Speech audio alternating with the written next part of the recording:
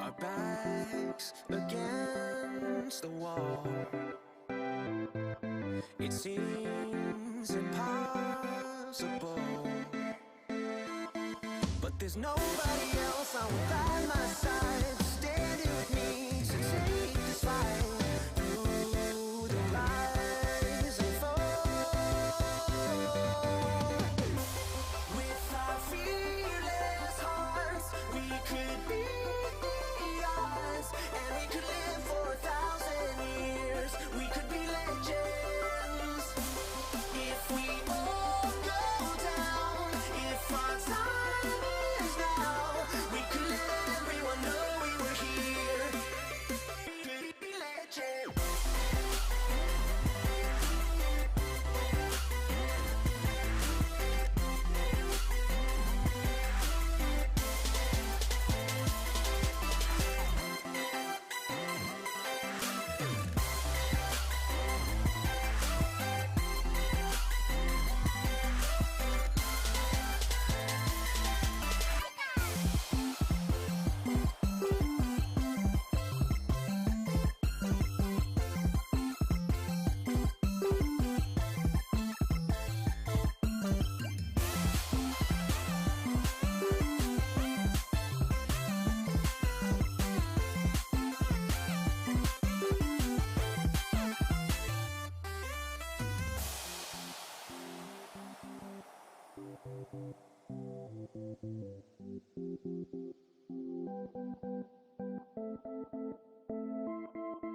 We dream so colorful. Oh, we love so strong. The world is relentless, the city won't sleep. It hardens your soul, brings you to your knees. We can face it all. With our fearless hearts, we could be ours, and we could live for 1,000 years. We could be legends if we all go down. If our time is now, we could let everyone know we were here. Be legends.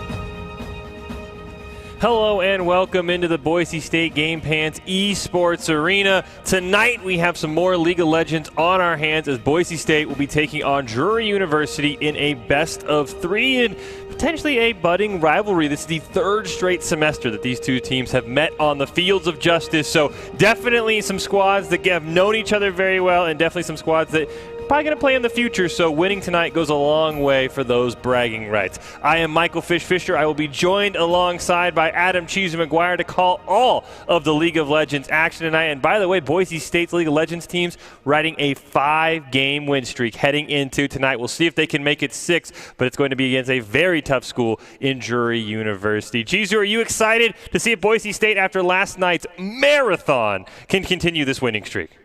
To quote a famous movie older than most of the rosters that we see today, Boise State is hot, hot, hot right now. Again, coming off of the 5-game winning streak. Yesterday was quite the trial as far as the first game was concerned, dragging it all the way out to like 45, 50 minutes, unfortunately, having to push that to a game 3. But they found the W, they found their center, and I'm curious to see what happens against our friendly rivals, if you will, over at Drury.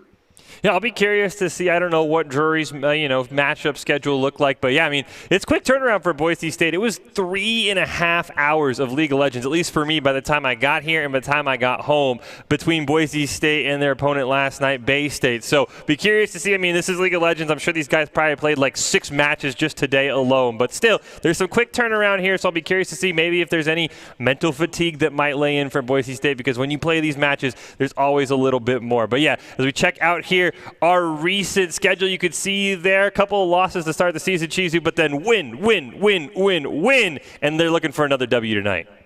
Well, and the question is, can Drury, a team that is nefarious for kind of kneecapping Boise State, if you will, could be one of the teams to actually do it. I mean, if we're looking at other lineups and other teams, the Rocket League team is absolutely phenomenal. So I would not be surprised if they come out swinging and make a little statement for themselves as well. Yeah, even if you just get a win, even though there's no tournament on the line right now, just snapping that winning streak for Boise State, definitely going to be huge for Drury. As we can see here on the lineups for both teams, Prominence Blade, Galaxy Savage, Setup, Gimmick, and Night Carry for the Broncos, going up against Liquid, Snake, Mikey, Looker, and Baymax. I like the little... They did switch all their names. Big shout out to Drury, by the way. Their summoner names that they actually play under are different, but I like how, hey, they made everything really easy for the casters to pronounce their names. No guessing at what some name is, as we've had in the past with some teams. Yeah, absolutely. So certainly appreciate that, and love the Baymax shout out as well. And I love the lineup that we're seeing from Boise State today. I always love the setup, well, no pun intended, from Gimmick and Night Carry on the Boise State side. But Galaxy, we haven't seen him in a very long time. At least I have not personally. Very excited for that. And then, of course, you got your look up there in the top lane for Prominence Blade. Interested to see how this happens.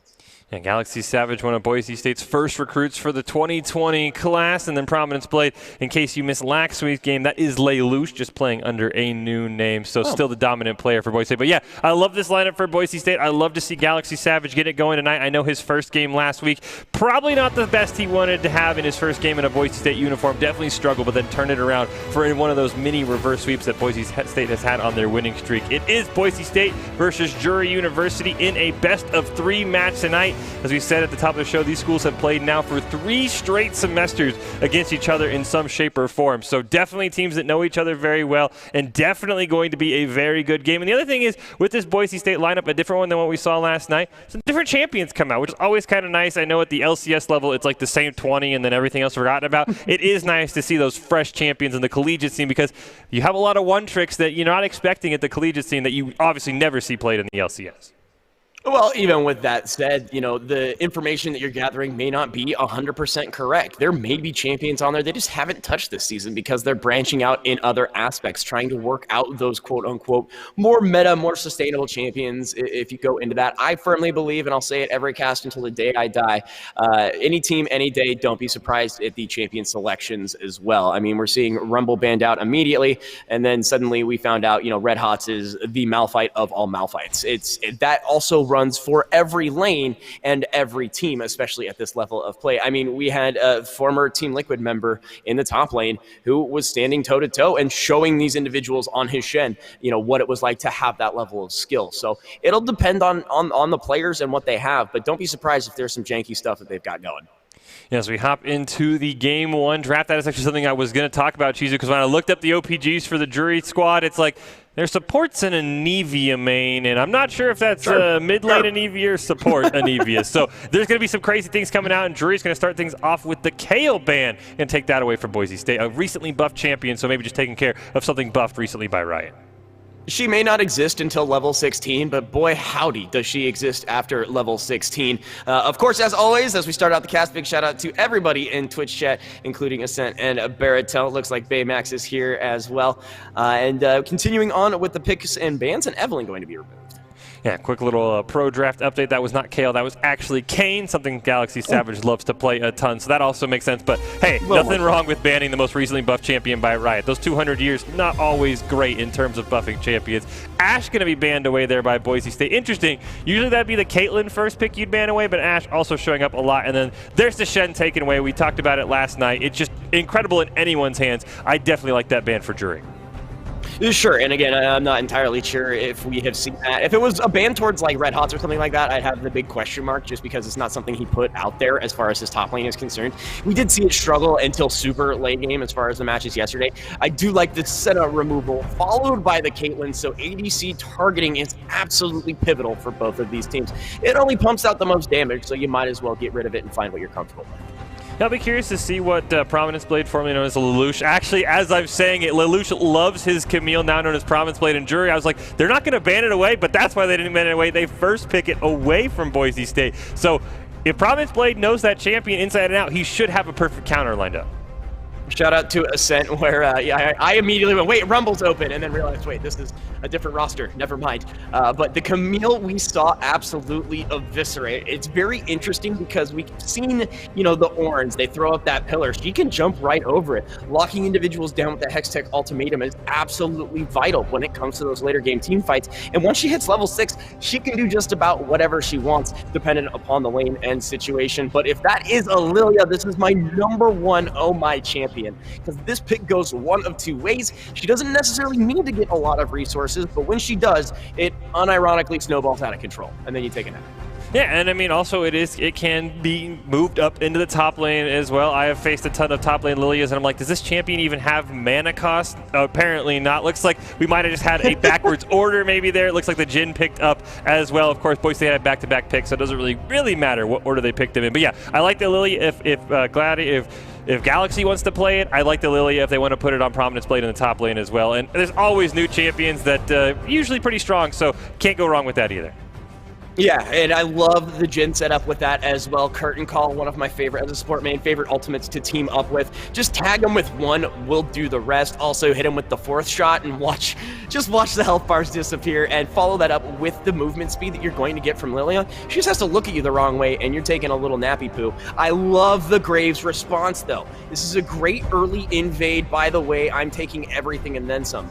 Deny the resources in the jungle if that is the way we're going again. And then of course with Sivir, you're playing towards the late game anyway, something we're talking about beforehand. Take the Jax into the Camille though, and you'll have a very interesting, very aggressive top lane for both of these teams. Yeah, I wish that Jax, wherever it's going, better luck than what we saw last night with the level 4 Jax falling in an epic battle to some wolves. So we do see now as we head into the next pick and ban, Ziggs going to be taken away. Had seen that the mid laner for Drury had been experimenting with some Ziggs. I know that Barrett's one of our other casters, loves to play Ziggs and basically just says, you don't go for kills, you just destroy towers, and then you just sort of just hard push down the way. So I do like that. I like how Ziggs is this sort of new tower pushing champion. I like that meta, but we're not going to see that here tonight. It's not going to be a blast, I guess, is what you would say in that instance. And like you mentioned, just a monumental priority on objectives, and I'm talking specifically the towers here, but his ability to move around the map, the world ult's great. It's like a mini gangplank that just explodes more minus the slow. Again, running at 80 or mid, it's great, but not going to be on the field. Something we're not going to have to worry about. Following it up with a Veigar ban, again, as we are looking for the mid lane champions here, they're looking for the big powerhouses. I was more expecting to see something like a Syndra removed. Vladimir, I mean, another one that you can take a look at that could fall into that area. More likely going to be a top lane kind of Vlad, but Orianna, again, mid lane, bye-bye. Yeah, and I mean, Boise State, though, has also, I mean, we saw it last night, and I want to say that we also saw it from Gimmick. Boise State's been sort of popularizing this. 80 carries are kind of in this weird spot right now. Just throw your 80 carry on Veigar. It's basically the same. You get stacks, late game, you hit R, you just do a ton of damage instead of having to try and orb walk through an entire team fight and right-click on people's heads. So I do like that, maybe targeting a bot lane Veigar. That's something the Broncos have, I don't want to say popularized, but at least I've seen a ton of it from then. And then there's the Alistar pick for Boise State. So going to team that up with the Jhin in the bot lane. Love it, man. This hard engage comp with a little bit of a curtain call behind it is going to be super Boise State bread and butter. The give and go, as I like to say, basically find the weak link, exploit it. Everybody else around who tries to save that is going to take a little bit of a nap, curtain call to follow it up, or even start it in some instances. Really loving the team fight aspect for the Boise State side as things unfold into the later game.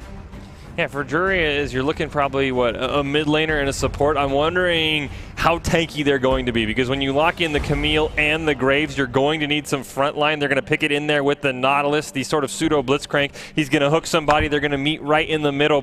And then the LeBlanc pick is the final one. So I am a little concerned about the lack of hard peel for Drury. Usually Nautilus is the one starting fights. So one tank, and he's usually got to be the engage. That would be my one concern as I see the Drury lineup finished out here and we wait on Boise State's last pick.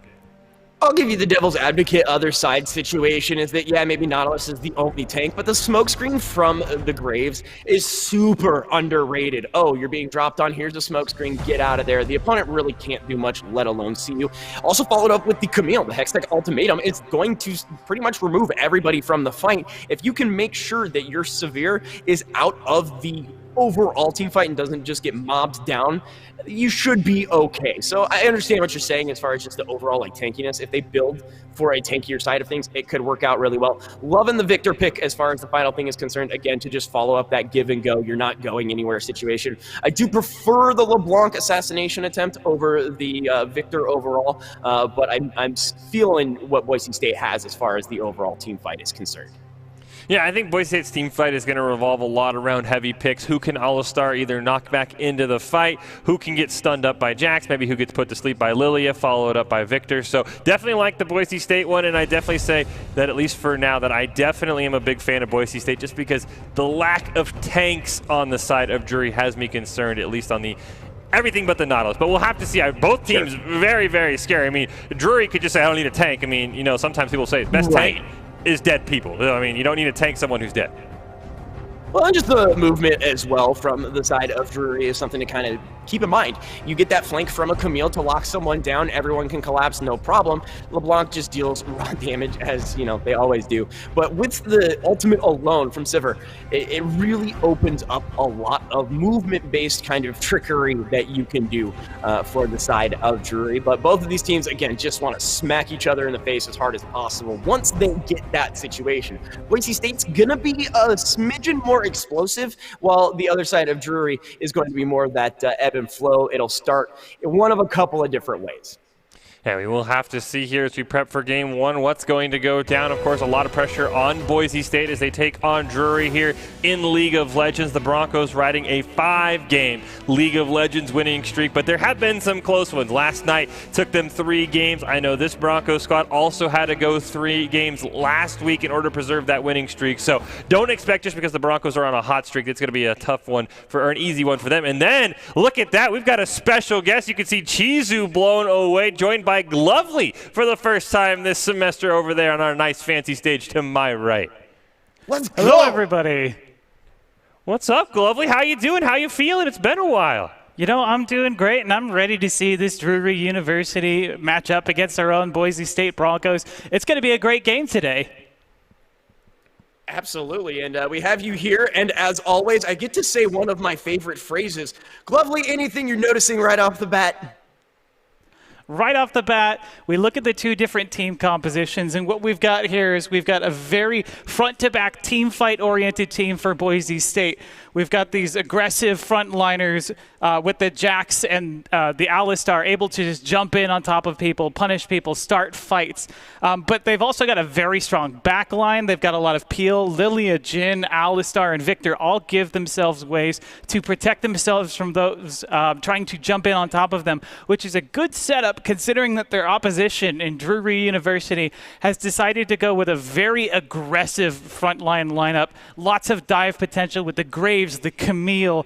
Sivir's going to give the whole team a speed boost. LeBlanc is famous for just blowing up your back line. So it's going to be very much a situation of, can you get your divers into position to dive Boise's backline? Are you going to be able to get around the fight, position correctly? And can Boise State's backline keep themselves safe? They do have a lot of peel, but that question is still very much up in the air.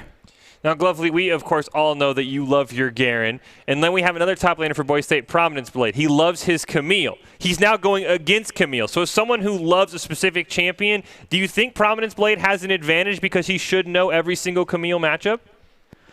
Definitely, I do think that is a very strong point. The more you know a champion, the better you know their flaws, their weaknesses. Jax, I think, is a great counter pick, not just because he denies auto attacks, but also because his damage is somewhat mixed, which means Camille can't rely on her passive to keep herself safe. And of course, that crowd control coming through going to be very crucial for the Jax. Jax, I also think, scales better into the late game. So if Prominence Blade can find his footing early on in the game, he's going to find a very dominant late game as time carries on and be a much bigger threat than Camille can be. All right, Glovely, one more before we let you go. Not that I want to, because you know, you're really styling with the cool TVs behind you.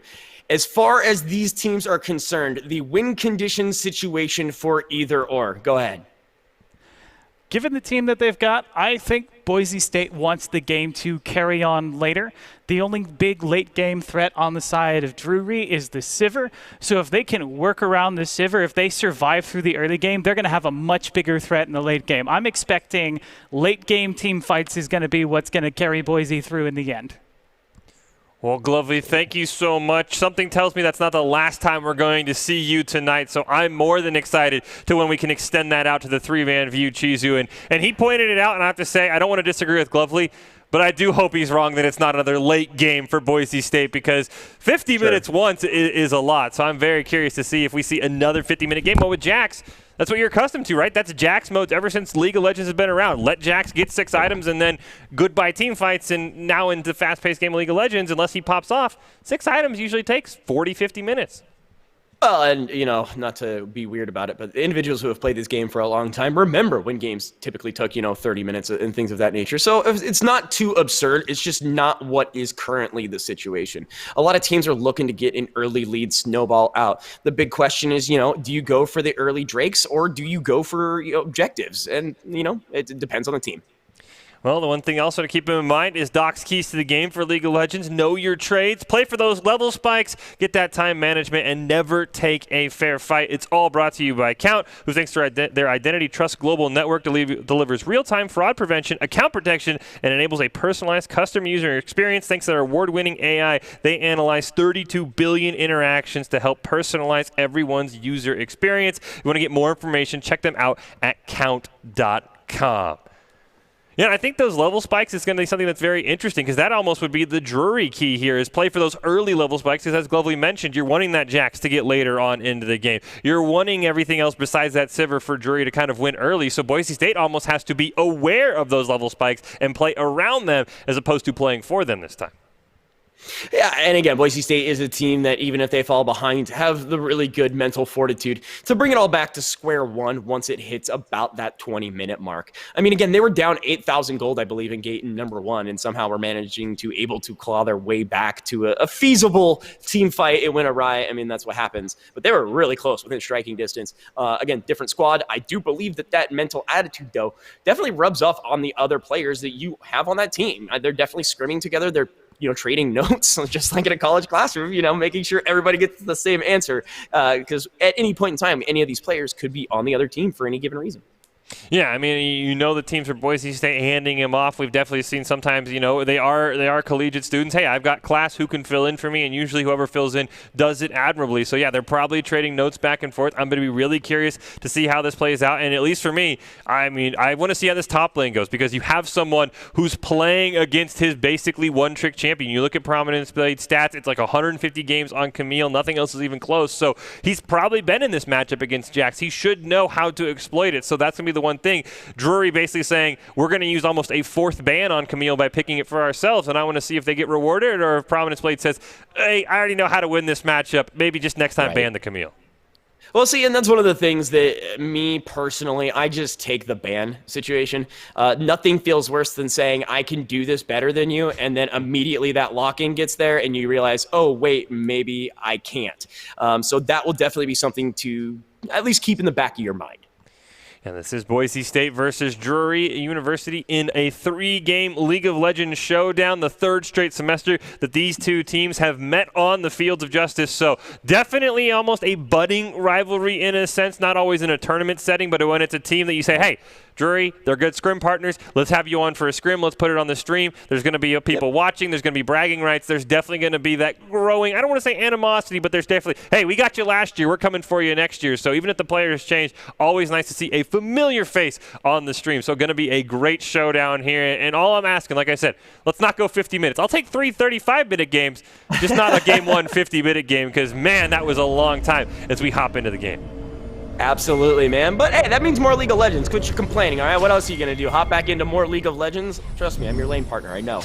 That being said, we're jumping into game number 1 here. A best of 3 today between Drury University and Boise State University. Again, thank you guys so much for joining us. All of you in the chat and elsewise, we thoroughly appreciate it. Nothing too janky right off the bat. We see a line of scrimmage come out from Drury. Boise State's just waiting for some kind of impending invade, which does not appear to happen or going to happen at any point. And Boise State ringing the cowbells there. Can't quite get it on in the arena right now because of the COVID situation, but I shout out to AD Carry for carrying on that tradition. You look at the summoner spell, just one teleport aside, both in the top lane, so taking that not fair fight for Boise State, going to be relying on Prominence Blade, maybe being able to cancel Liquwoo's teleport and vice versa, because both top laners, by the way, able to stop those teleports. Oh man, I was grooving. Why did the game have to start? I really wanted to continue on with the cowbell, but did want to give a quick shout out to, let's see, apparently somebody noticed. Somebody mentioned maybe they'll learn something. They're really excited to watch the match. I don't want you to count yourself out, but believe me, you're going to see some things today that are going to change the way you see this, from places of warding to very typical jungling starts. It has begun here at 1:30, and it looks like red for Drury, blue for Boise State. No crazy surprises, but an immediate jump on there and a hey, how are you? Back from setup.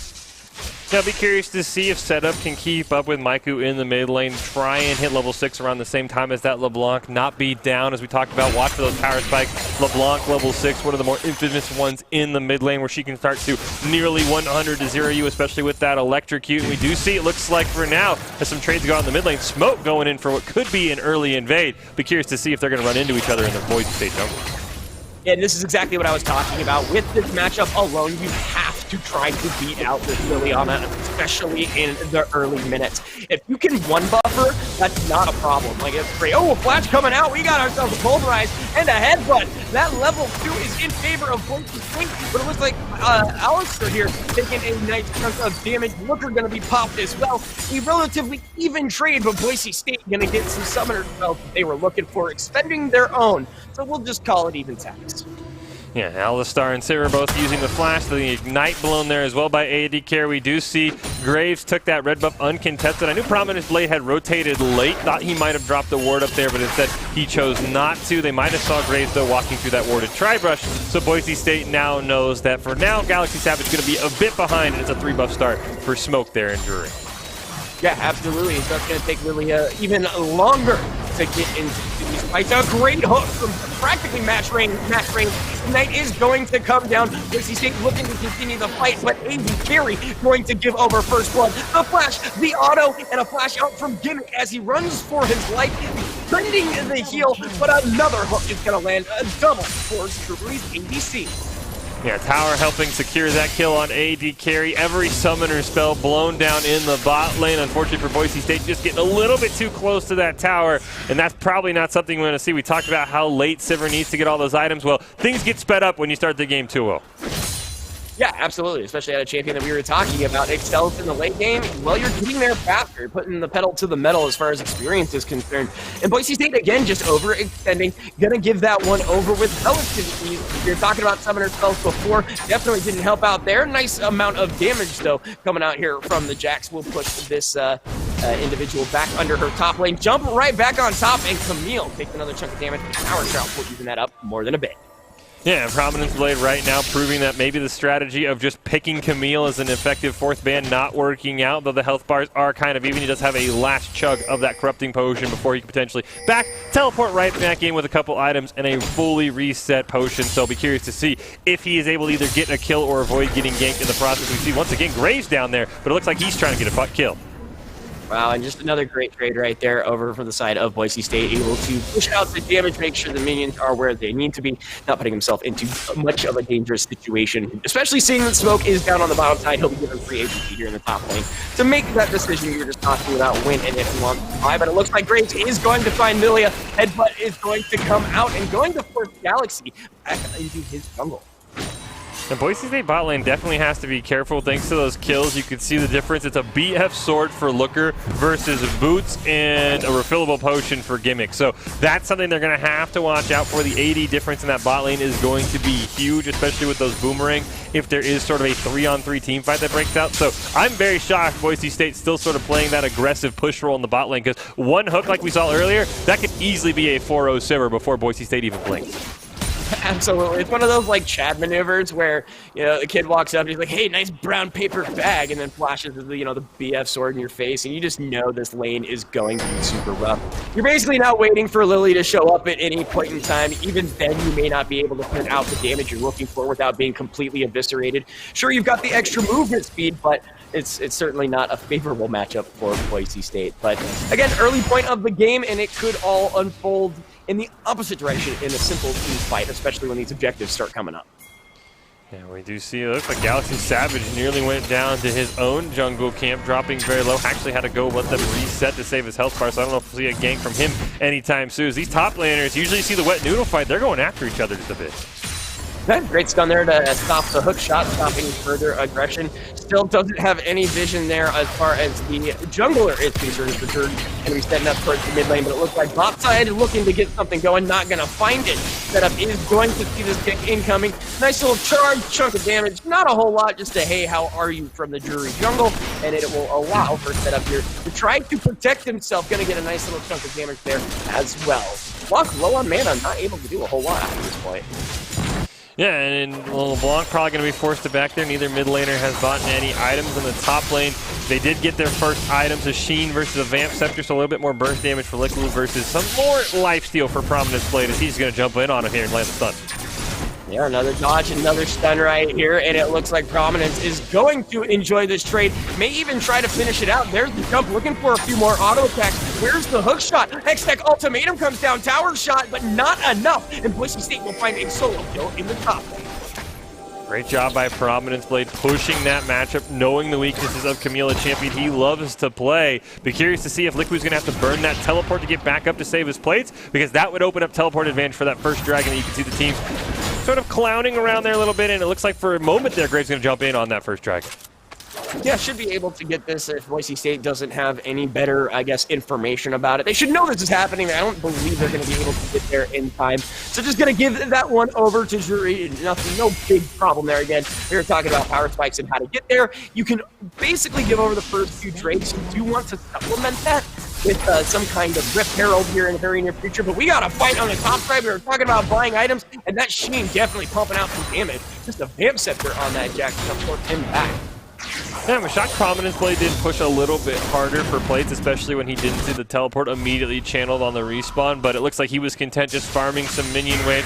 Has a small CS lead, as you can see every other lane basically dead even, 58 aside, 58 aside, so everything basically all square right now. The only difference is that dragon and that one extra kill for Drury, and as you mentioned, yeah, you can give away the first dragon, but you supplement it with Rift Herald, try and get some plates, so that's going to be all out on Galaxy Savage to try and make it up that Rift Herald as a hook lands. Oh, it's an Adam play right there. I just wanted to ward, leave me alone. Ultimate coming out. Setup is going to be dropped on. Great flash, though. And LeBlanc wasn't able to get there in time. Maybe if they would have just waited a half a second more, they would have had that kill. But Setup will be forced to flash. He's definitely okay with that. Again, I call that the Adam maneuver. All I wanted to do is see if something was there. And then you realize the support has moved up. Now you're toast. It's not. Yeah, also got the Ignite out of Baymax there, so that might make bot lane a little bit easier as another hook's gonna land. And it looks like the fight breaking out again. 80 carry just trying to get out of there, getting pizza sliced after pizza sliced. But he's a tanky boy. He'll be okay here. But a good trade over for the side of Drury. Okay, 80 carry gonna hit level 6, so bot lane all square. Now to gank in the top side. Yeah, and it looks like with everything coming out, Hextech Ultimatum is there. I anticipate a nap in the near future. It is there. Boise State is going to jump on in. Prominence Blade going to pick that up. The aggro is on him, and the tower did a sizable amount of damage. Now they are looking to get the damage out on this Graves if they can. A great jump in, and that is it. Galaxy Savage, as well as Prominence, able to turn that fight around. Just kidding. A third challenger has approached, and by the way, she does explosive damage. A flash underneath that did not actually allow over a execution. So the kill credit going over to the Graves there a good minute after everything went down. What a wonky fight. It's going to be pretty much null either way. Yeah, I was like, Boise State actually got saved. That Snake never got a ward in that bush, so he actually auto-attacked a minion as he went down going for the Graves, but LeBlanc very, very mobile in the mid lane, able to sneak up there, and then as you mentioned, just not allowing combat to drop, so no execution going to go out. So yeah, I don't know if Boise State, looking back, would probably take a trade like that. They probably would have hoped to just full disengage off the Graves, because allowing those kills to still basically be traded 2 for 2, probably not something Boise State wanted there, especially with that gold deficit nearing 1.5K. Yeah, I mean, again, you don't necessarily anticipate the mid laner showing up out of nowhere after a fight that lasted that long as well, let alone your mid laner maybe not noticing it. Just kind of a lackadaisical situation as far as map awareness is concerned and perhaps the aggression here. But now this is where we'll start to see Boise State rotating around. They're going to use this Lily to continue to put pressure pretty much anywhere on the map. I don't have the numbers back it up. Pretty positive that is the fastest champion in the entire world. Because it looks like AD Carry going to jump in. He's going to get the headbutt as well as the pulverize there. But it's going to take a serious amount of damage. Curtain call coming through. Lily is there as well. All she has to do is land anything, but Gimmick only finding one. And great setup there and movement from Drury to not go down. But Prominence Blade is caught out here on the top side. Just easily spins his staff there, negates most of the damage, and is able to walk on out. Yeah, getting both summoner spells off of Sivir, they're going to be huge. Just the Ignite blown by AD Carry, but it looks like for now Boise State has a couple of fronts. They have to be worried about that top lane, especially with the Rift Herald being up and losing out on that first dragon. You can see Graves hanging around there. There's a ton of pings just flashing around on the map. Meanwhile, this bot side, they've got to be careful because here comes Nautilus. Yeah, they're very much, hey, something's here, we need it now, and if you just ping it more times, it'll definitely happen faster. At least that's the theory behind it. I don't know why they keep banning me out, which is super weird, but yeah, they're going to clear out the vision here, set up for this next Drake, and pick up the remaining resources of their jungle as they set up. Boise State even gets a little bit of a poke there, and it didn't even look like it tickled that Nautilus. Yeah, Nautilus, you see the cloth armor, he really has no care. Mobility boot's going to allow him to make some plays all over the map, something he loves to do here. But Boise State's got to be careful as the ult comes out.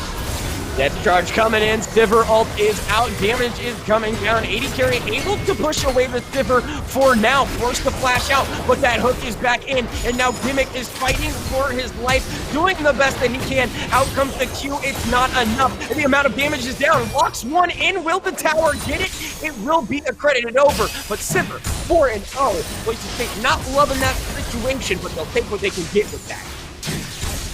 Yeah, as the mid laners duke it out there a little bit, looks like everyone should be able to survive. Yeah, that 4-0 Sivir, definitely not something you want to see for Boise State. At least Gimmick able to pick up the kill on Nautilus thanks to the tower. He did have to trade his life for it, and this means another Drake for Drury, unless we have some sort of crazy steal here by Galaxy Savage. Nice spell shield there from Looker, able to not only get themselves some more mana back, but to stop the sleep that was definitely incoming. Galaxy looking to do what they can, is able to get some damage down, but not going to find the ultimate as that is down as well. So unfortunately, Boise State is going to get a lot of nothing there. Drury is going to love it.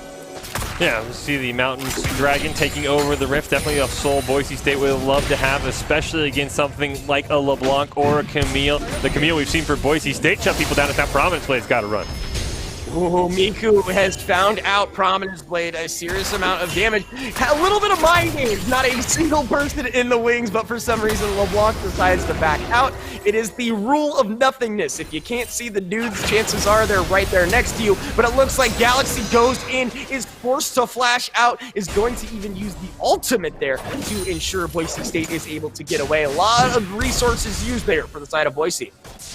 Yeah, it was interesting to see the Galaxy Savage use that ult. I thought that flash was going to be enough. I mean, the Graves just has the warrior finish, so both junglers even in terms of just having that jungle item finish. You see bot lane, Gimmick still trying to work on his first item. Essence Reaver finished up there for Looker. So going to be interesting to see how well Boise State can find a shutdown onto Sivir if they even can. This right now might be put everything on Prominence Blade. He's already got the Blade of the Rune King finished. Likwu's still trying to finish that Triforce, and right now Jack's really the only one who feels ahead for Boise State. Setup not too far behind Miku, but those trades always seem to be going in LeBlanc's favor in the mid lane.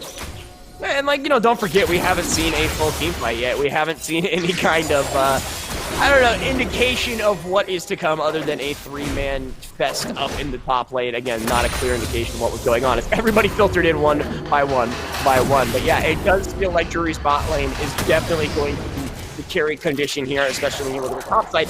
Yeah, Prominence might be up, but it doesn't feel as convincing. A trade here and a tower shot actually not going in his favor. Just, again, another clear idea of what we're seeing as he's going to clear out some vision. Yeah, I'd like to see Boise State maybe try and force something onto the Rift Herald, try and secure at least one of those early dragons. I know Rift Herald not as valuable now that plates have fallen, but still, first tower is up for grabs across the map, so getting that to allow Boise State to sort of shrink that gold lead that is about 1K and has been for the last few minutes would be huge. And I definitely think with Prominence Blade being at least the lane that, as we talked about, that feels ahead, I think fighting around him might be the right call. Yeah, just let him kind of jump in and do his thing, and also don't get caught out by two individuals of the opposing team. The sun is going to come out as well as the Hextech Ultimatum Snowball is in, and it looks like we are going to take a quick nap here. Flashing over the wall, both top laners. It's going to go in Prominence Blade's favor, but the fight is not done yet. Graves able to find one there. No trade topside, however, 1-for-1. Lilia able to finish that setup will fall as the bot side rotates mid, and they are able to collapse on this mid lane turret. So just fights all over the place. Meanwhile, 80 carries here to stop the aggression on the mid lane turret. Yeah, at least saves first turret. I do like that setup, and Miku were able to go even, at least for Boise State. Not even an ignite burn by setup, so maybe that extra damage. Don't know if it would have kept him alive, but I do like he was able to go the 1-for-1. And then Galaxy Savage starting to get those kills. He's been low in the jungle. He didn't get early ahead as Lilia likes to, so I do like him picking up that kill, allowing him to get some more AP damage. So I gotta like how Boise State took those last few fights. They've got to be happy with those trades. Those Death Blossoms, again, the reason I'm laughing is because he walked into one and did like the very serpentine, I'm not going this way situation. Oh wow, they actually have an opportunity here. 80 Carry may know that they have back, and he's gonna go right on in. The headbutt pulverized doesn't necessarily land the way he wants it. All is for naught, even in a 2v1 situation. Looker right there, just super smart, but just a very interesting bot lane there the last couple of seconds. Yeah, it was a good job to try and capitalize on Baymax backing, as once again these mid laners just bursting each other down with Electrocute. And now Boise State's got to be careful. You can see the level difference. Looker's got one on Gimmick. Baymax has one as he Hex flashes in. Yeah, and this is going to be a hard engage for damage coming out. Don't forget Graves is there. 80 Carry just cannot be the beefy cow he wants to be. Now he is just jerky as Looker is looking for a 6. That's going to be that one right there. 3 back-to-back, amazing double kill, and right now Drury is running away with it, all on the pizza delivery man's backpack. 6-0 Sivir at 17 minutes, not what Boise State was hoping for. Should be first tower as well for Drury as the Demolish comes out. Graves going to come in and help the best he can, and oh, by the way, Dragon's up in less than 30 seconds, and this could easily put Drury on Dragon's Soul just 18 minutes into the game. Yeah, just an unfortunate setup there, again, from Boise State. They come in, they think they have something there, and then suddenly that's not the case. And again, we're talking about being able to hold down. Wow, setup there actually going to get himself a solo kill, all because the LeBlanc thought she knew what was going on by with him all less than in damage mitigation. Instead, third and sole point going over to Drury, so definitely a trade Drury's not too upset about. Yeah, it does look like you can see on the map, Galaxy Savage has hopped onto the Rift Herald there. Should be able to secure it in the next minute or so before it despawns to make way for Baron. So at least Boise State should have something to show for that third dragon going away. But it looks like Likwu might know, and this could be where Boise State has to take a full-on team fight. It's one thing we haven't seen yet.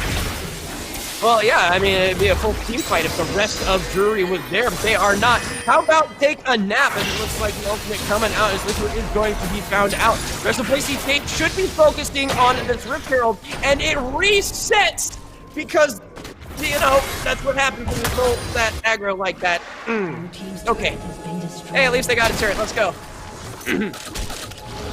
And, you know, Riftail going to at least help Boise State out, punch down the Camille a little bit. And now Prominence Blade got to be careful with Baymax hitting the left hook. What?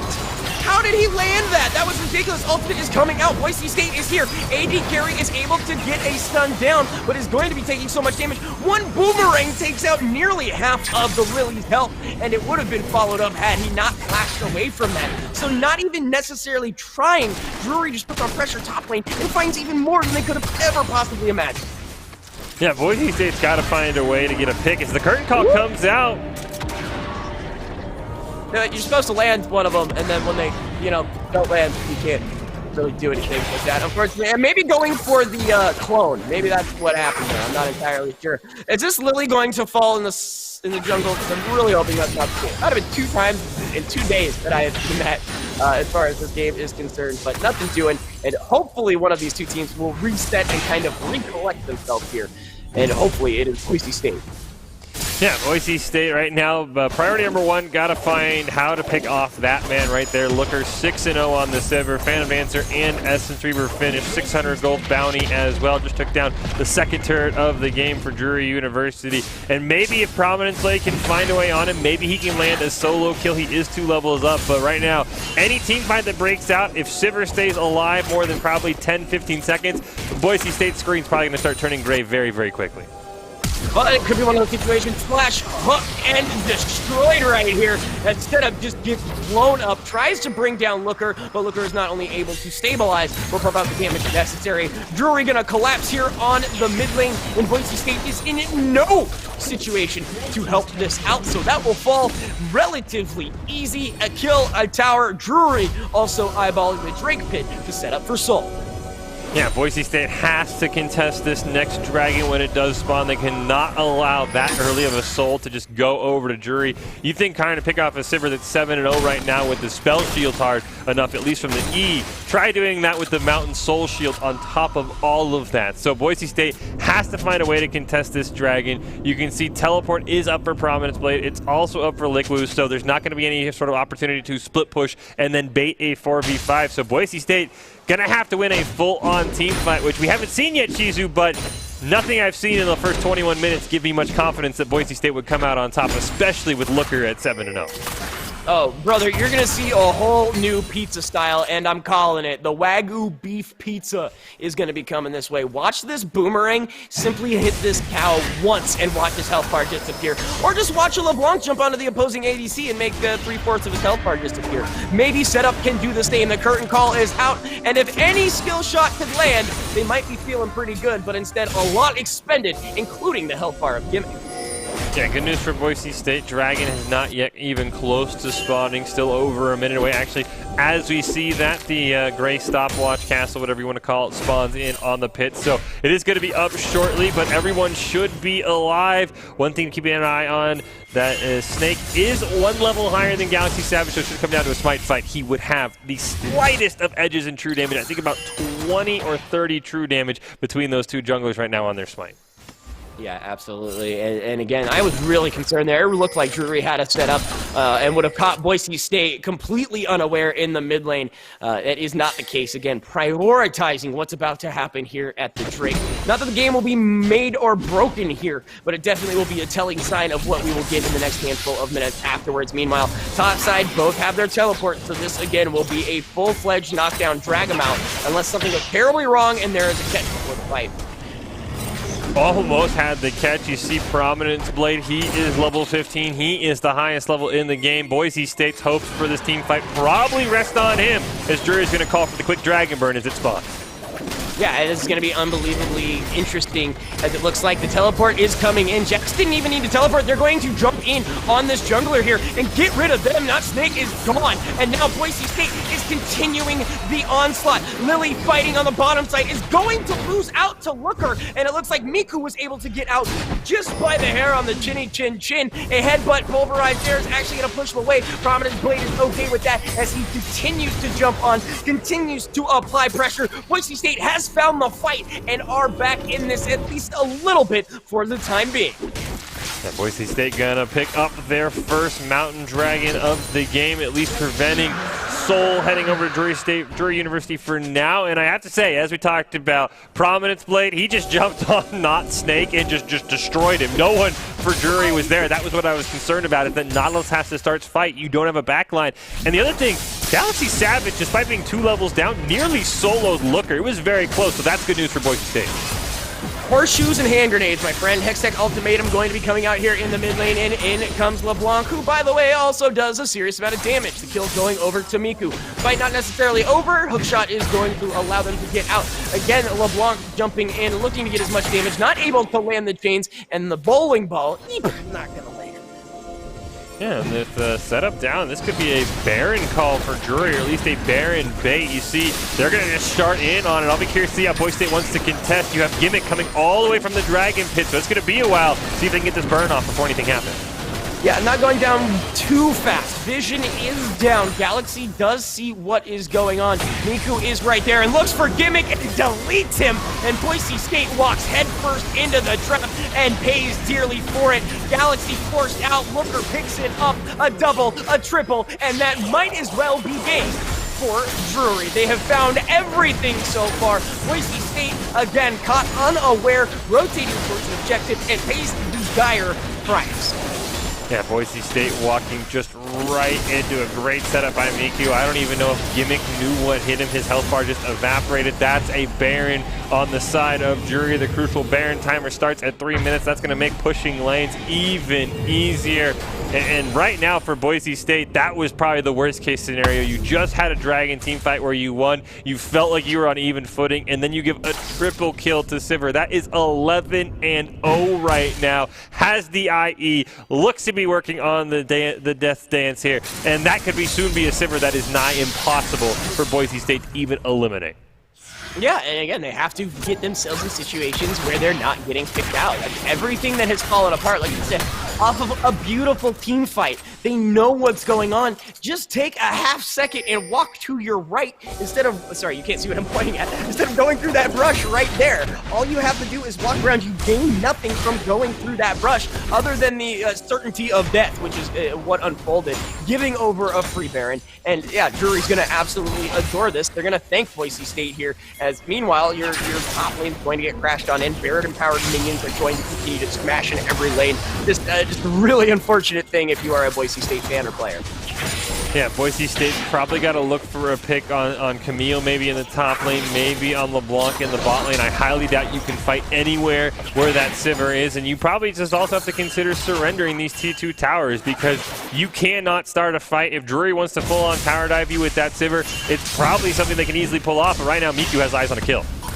Oh man, once again, just gets in and out, no damage, and is able to 50% the mid laner from Boise State with unbelievable ease of access. Looks like we got a janky little dive coming around here. Love this as Baymax gonna give the depth charge out. Save the auto attack for this one. Never mind, Miku is going to absolutely destroy the opposing mid laner. But now here comes Boise State looking to get something here. Tower taking serious damage. A double kill? Wait a second, where did the Lilia go? There was a Lilia there, right? Because there's not anymore. That was ridiculous. Strange amounts of damage coming out. Another turret going to fall, and right now Drury just needs to close this game out as they are poised to. Mid inhibitor should be next on the line. Bottom tower being pressured. It's looking good for Drury. Yeah, I'm surprised Drury just didn't go for the full-on bot inhibitor tower dive, but it looks like they're just going to take the safe route there. But Boise State has to be very, very careful, because at any moment, Drury could go all in, and I'm not sure the Cow or Gimmick are going to survive any sort of dive as the bot inhibitor tower falls. Well, it all just starts with a great play from the LeBlanc to 50% setup there. You see the rotation, great moves as far as the skill rotation is concerned. The depth charge to the hook, to the auto attack, not going anywhere. And Boise State did all they could, but like I said, Lily showed up and came from the south side up towards the north and just eviscerated, again, destroyed. I thought I just lagged out or something like that. It was actually ridiculous. So right now, I don't know if there is anything that Boise State can do. Is that 16, 19? Either way, it's a double-digit amount of stacks on this LeBlanc now. So who do you get? Who do you go for? The massive Magi stacks or the 11-0 Sivir? I think you got to find a way onto Sivir. You kind of just have to say, sorry, backline. One of you is going to get 100-0 by LeBlanc, and we'll try and CC her when we can. But right now, it looks like Drury wants to finish this game right here. The hook shot comes out and is just to bait out the rest of the maneuvers. Hook is going to land, but the cow has gotten beefier and has bought some tank items now at this point. Didn't have access. Oh my goodness, there it is. Miku with the flank says, nice ADC. I think I'll take it. And now Boise State is looking for a fight in their own jungle. That is going to be stole over to Drury. The fight has broken out. Prominence is going nuts here on the back side, but cannot find anything as Miku going to pick up one there. Teleports are coming in, and Drury will more than likely close it out after this. AD carry looking for a way in, but a teleport from behind us with Blue is going to find that. Miku as well with some stink-based in shambles, and that will certainly be game number 1. Yeah, Setup going to try and flash away there just to protect the score line. This should be an easy Nexus kill on the side of Drury. Setup trying to do what he can. He's going to disappear as well. Gimmick, nice to see you. I just stay on the fountain and have that laser protect you. Drury University going to just dunk through the Boise State base en route to that Game 1 victory, putting themselves up on match point. And definitely some bans, I'm thinking, for Boise State. They banned away Ashe and Caitlyn.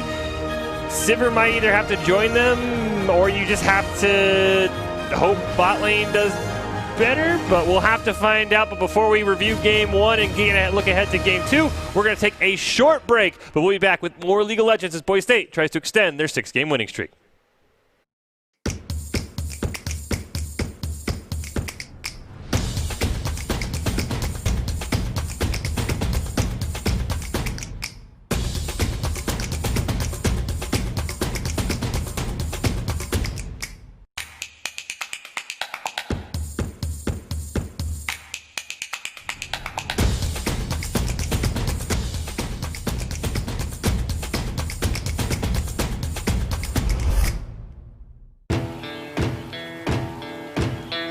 Here in Idaho, we do things a little differently. First rule, camouflage never goes out of style. Next, always use fry sauce. I mean, why wouldn't you? Hold steady when out-of-state friends think you're from Iowa. We call it pop, not soda. We always put a lift on our pickups. And we always buckle up because we still have a lot we want to do, and I'm guessing you do too.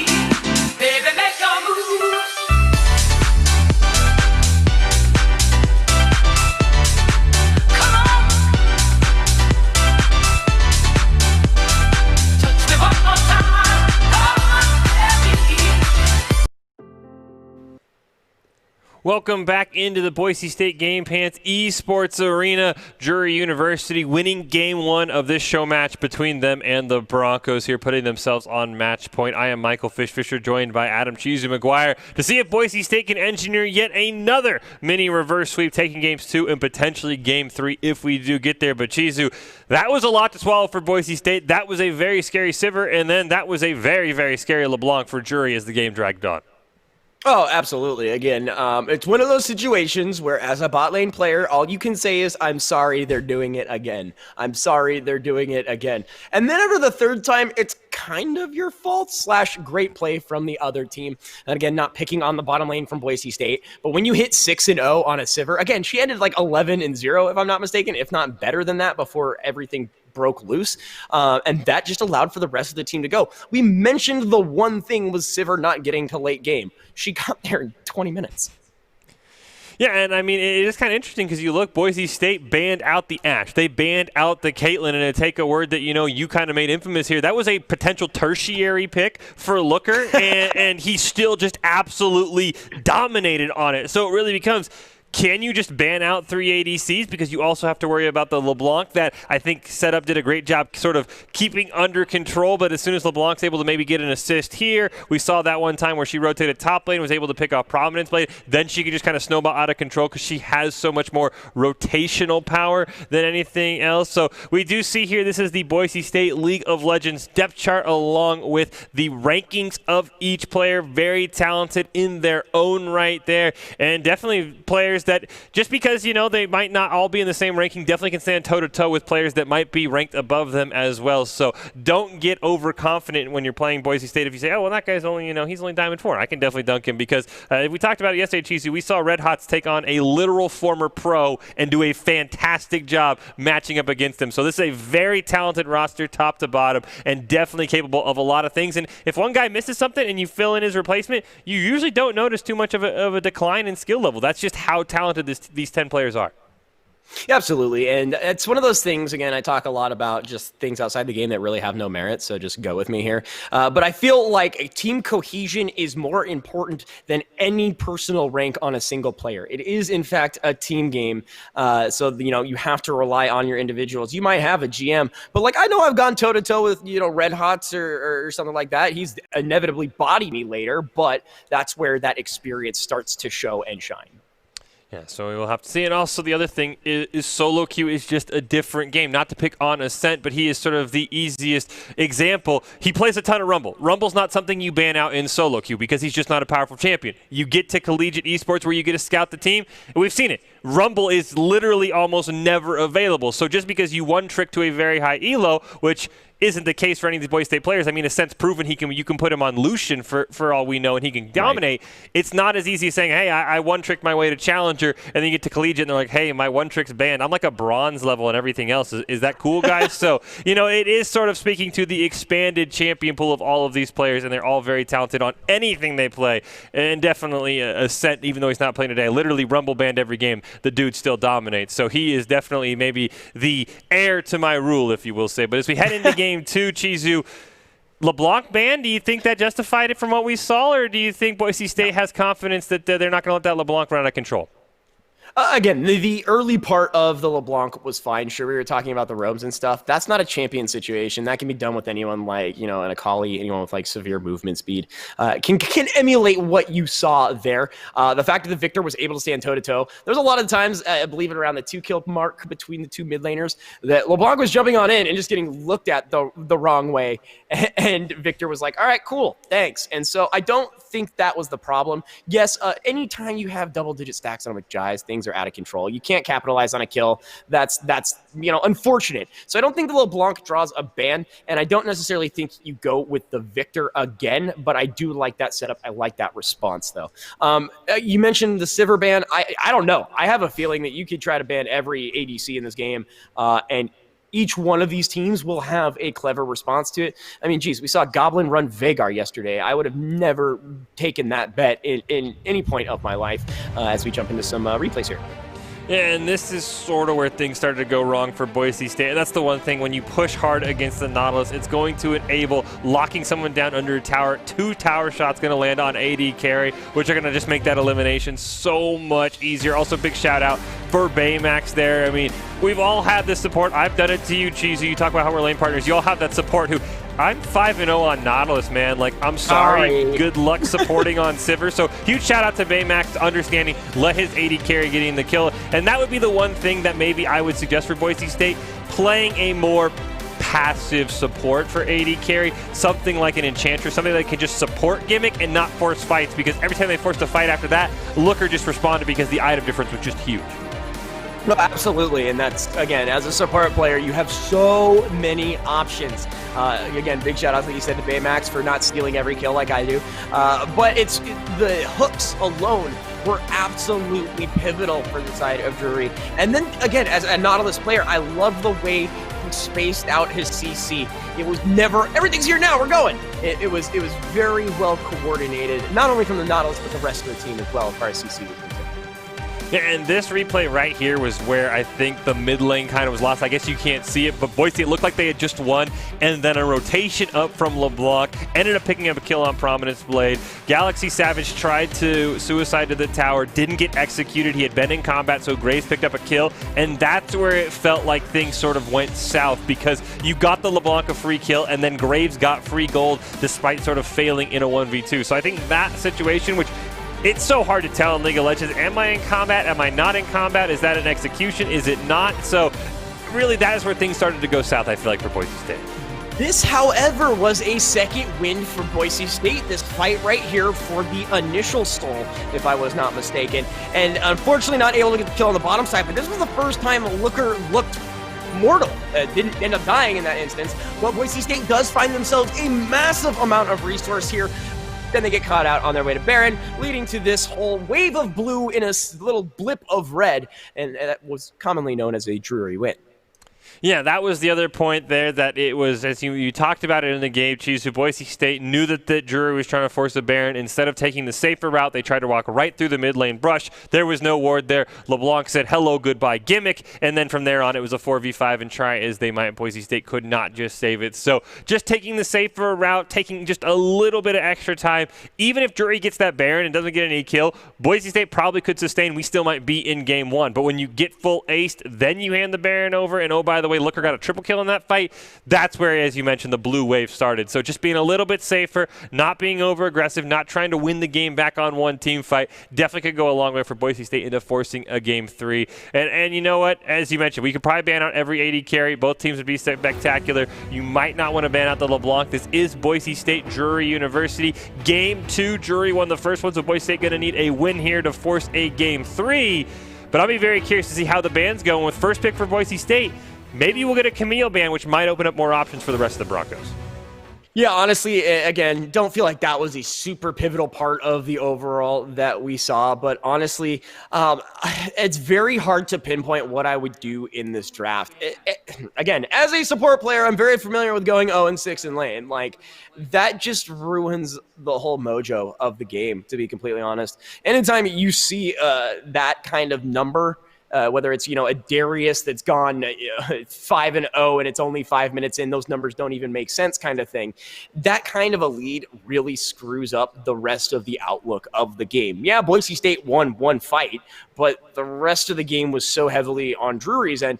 Even if it didn't look that way, part of the numbers, if you will, it definitely was heavy and very hard to take a look at the draft and go, this worked, this didn't. At that point, it's just like, hey, Sivir's a pretty cool champion. We should give her not 6 kills. Yeah, I mean, I think I've leaned towards your side, Chizo. I don't think the Sivir ban's justified. If you want to put me in Boise State shoes, I love the Eve ban. I think she's incredibly strong right now. It's something that Not Snake has played a ton in his solo queue game, so don't let him on that Evelyn. I personally would probably just take the LeBlanc off the table. I just think taking that roam away, because as I mentioned, this is a Drury team that doesn't always have people playing in roles they're familiar with. Like, the mid laner plays a ton of jungle Poppy, and he's like a Poppy main. So he might not be the most experienced. So yeah, I would definitely take Eve off the table. I'd take LeBlanc off the table. Plan to first pick Caitlyn for gimmick and then ban your ADC of choice if I'm Boise State. What about you, Chizu? As far as what I would do, I would try to prioritize, again, some kind, like at this point, do something janky. Get rid of your typical AD, run a double mage bot side, really spice it up, try to find a new way in. Go ahead and let your top laner run rampant. We saw what he can do, even if he gets counterpicked. But that, as far as what I would want to see, is just, again, anything that you can play safer on. It is apparent that bot side is having a little bit of a struggle. Just go ahead and pick your comfort picks, and if they're banned out, then at that point, I don't know, play something you have like a 10% win rate on, but you enjoy. Yeah, definitely something safer for the bot side. And then for the Drury side, just to put ourselves in their shoes, Chizu, the question for me would be, we saw them say, hey, we're not going to ban Camille, we'll pick it. Didn't really work out. Prominence Blade kind of dominated that matchup. Do you think we see the Camille ban, or do we think we see Drury maybe try and bait Prominence Blade onto a first pick Camille and then allow Liquid to try and ban it, or to try and counter it, excuse me? That's exactly what I was going to allude to with the second part of that, is that we've already seen that he can take the champion away from you and put you in a body bag with it. So that would insinuate, let's do this little logic puzzle. If the A equals B situation, B equals C, therefore C equals A, he's already got something lined up for that Camille. And that is made prevalent and apparent based on the game we just saw. Yeah, it looks to be in favor for Boise State, but you could definitely see, especially when it came to the later game, the later side of things, it didn't really matter. But there you go, telling me to shut up. LeBlanc immediately removed from the game. Yeah, I mean, I think you could make the argument that you didn't need to ban it, but it's just such a highly mobile champion that maybe, as you mentioned, there is a Kali, there's a couple others, but there's not a lot that can make that long roam up top lane, pick off Prominence Blade, and sort of start the snowball. Kane, once again, taken away from Galaxy Savage, something that he plays a ton of in solo queue, so that makes a lot of sense, alluding back to the whole hard-to-beat A1 trick sometimes in collegiate esports. And then the Malphite ban from Boise State. So this, to me, seems that Boise State's totally banking on Prominence Blade getting Camille, because there's no other reason you'd ban Malphite. Yeah, and that instantly has me flipping my Yu-Gi-Oh! Trap card right here, as the Senna is going to be banned away. It is an absolute bait out. And so what they can do here is maybe change something. You know, oh, they're going to pick the Caitlyn, you do the mind games, the Jedi mind voodoo or whatever, credits will do fine. And you end up with something completely different than the Camille. So we'll have to see if that is a priority pick. Again, I could assume that it would definitely come out and work for the side of Boise State. I just feel like there's bigger priorities. Put your AD and your support on something super strong right now. Give them that confidence boost back. JK, LOL, smiley face, Camille, and Vladimir removed. Yeah, the Vladimir ban, like I said, it felt like Boise State was full-on banking that Drury wasn't going to fall for it. They're going to say, hey, we'll let Camille through because then we get Caitlyn, and not going to happen. So I'll be curious to see what Prominence Blade wants to hop on there. And then there's the Caitlyn first pick. I have no problem with that. Very strong AD carry. Maybe going to be able to do something a little bit more against Looker, but we'll have to see what Looker wants to bring out because Ashe still potentially on the table, something Boise State banned away last game. Oh, certainly. And when Ashe offers up a whole, eclectic group of situations, sure doesn't necessarily have the movement abilities that we were talking about before. There she is, kind of the lock-in right now. So basically, this ADC matchup becomes, can you stay away from the traps? Is Caitlyn doing a bazillion damage just by looking at you the wrong way? Counterpoint, how is the Ashe arrow going to affect the team fight? And is she able to maintain safe distance with volley and stack out damage correctly? So we'll see exactly what these two teams want to put behind themselves.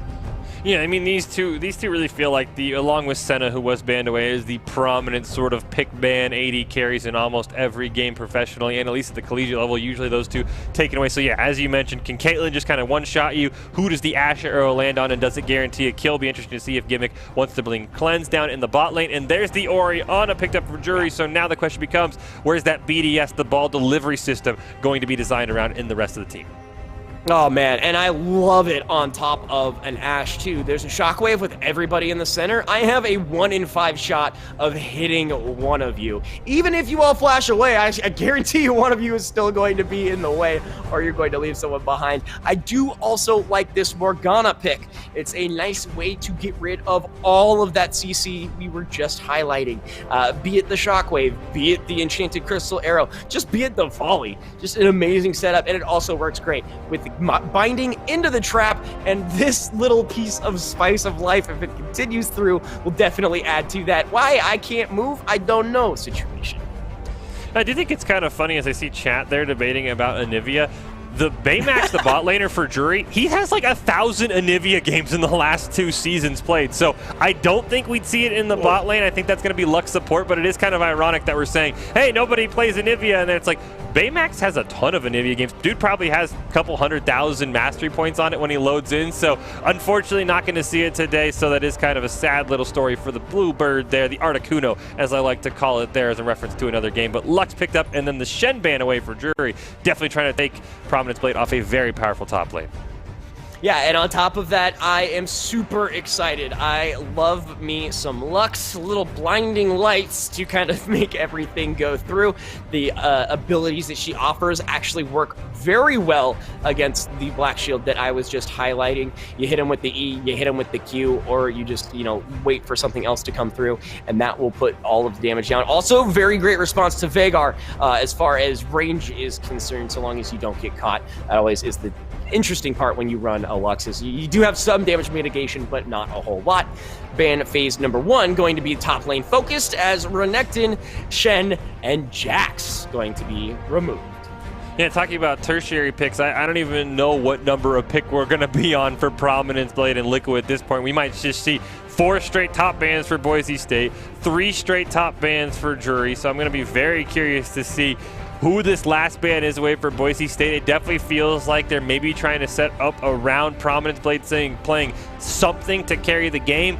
But behind Camille, Orin is his second most played champion. And while Orin's very powerful, he's not one of those top laners that usually dominates game. He just sort of supplements the rest of your team towards dominating game. But there's the Graves ban away. Very, very powerful jungler. Something that Not Snake likes to play a lot. So I don't have a problem with that one either.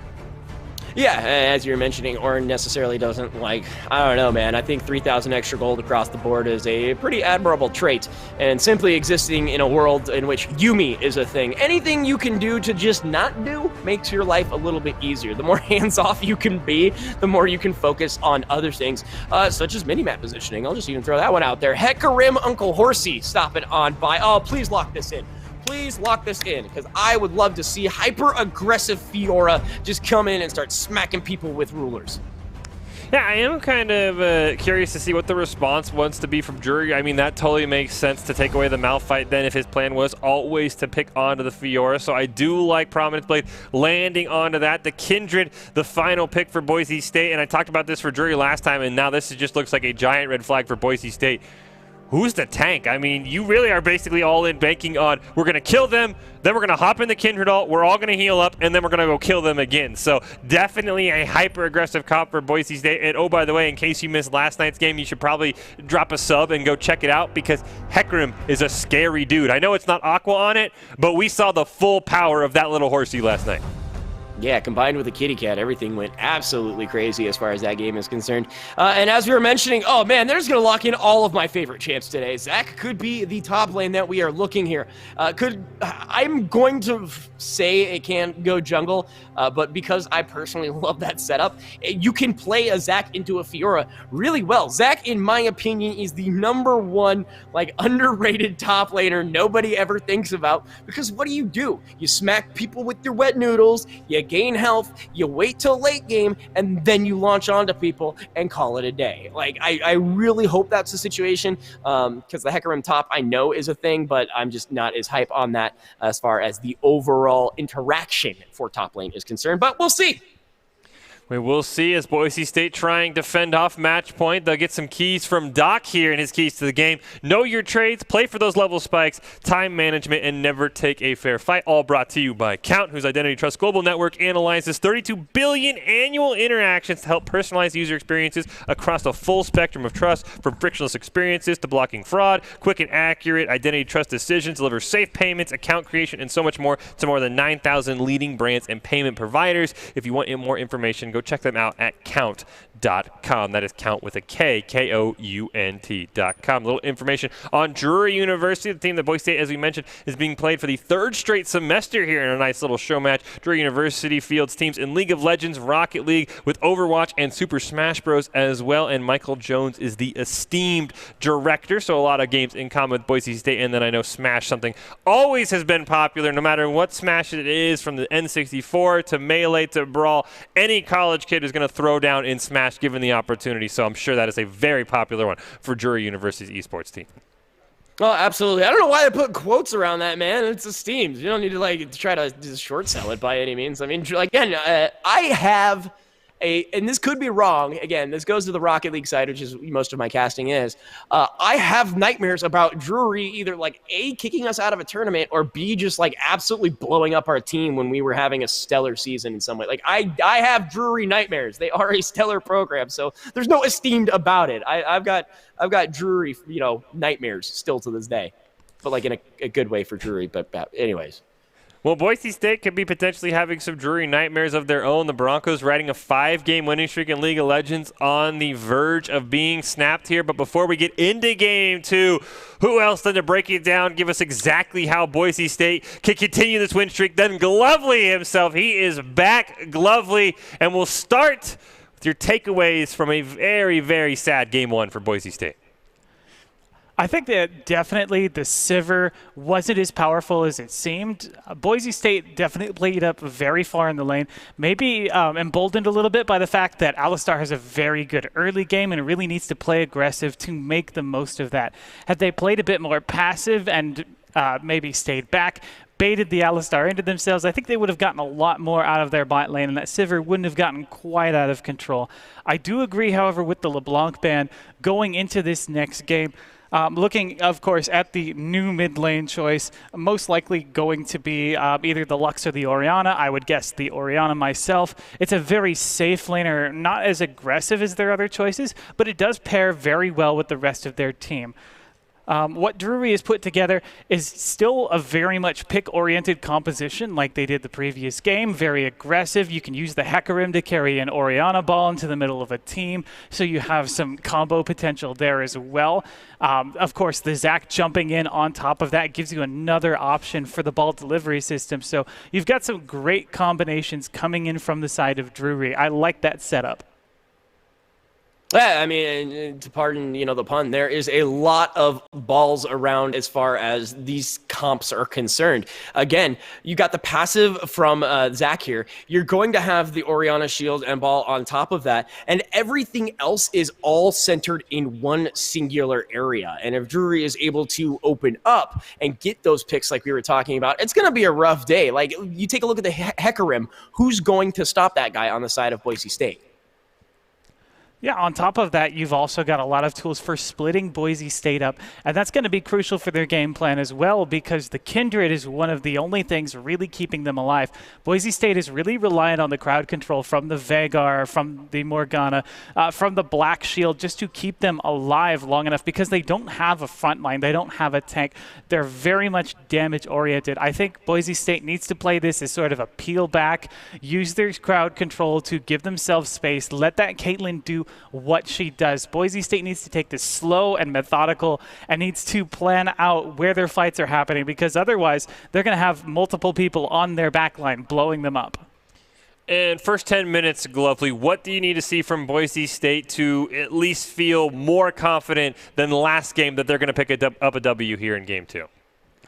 I think Boise State needs to not pick early fights. I don't think they need to just, roll over and let Drury run over them, but I do think that they need to play a bit more tempered in pace. We saw a lot of forward aggression that got punished very easily. There's very strong roam coming out of Drury, both in previous game, and I predict we'll see it again in this game, roaming from lane to lane.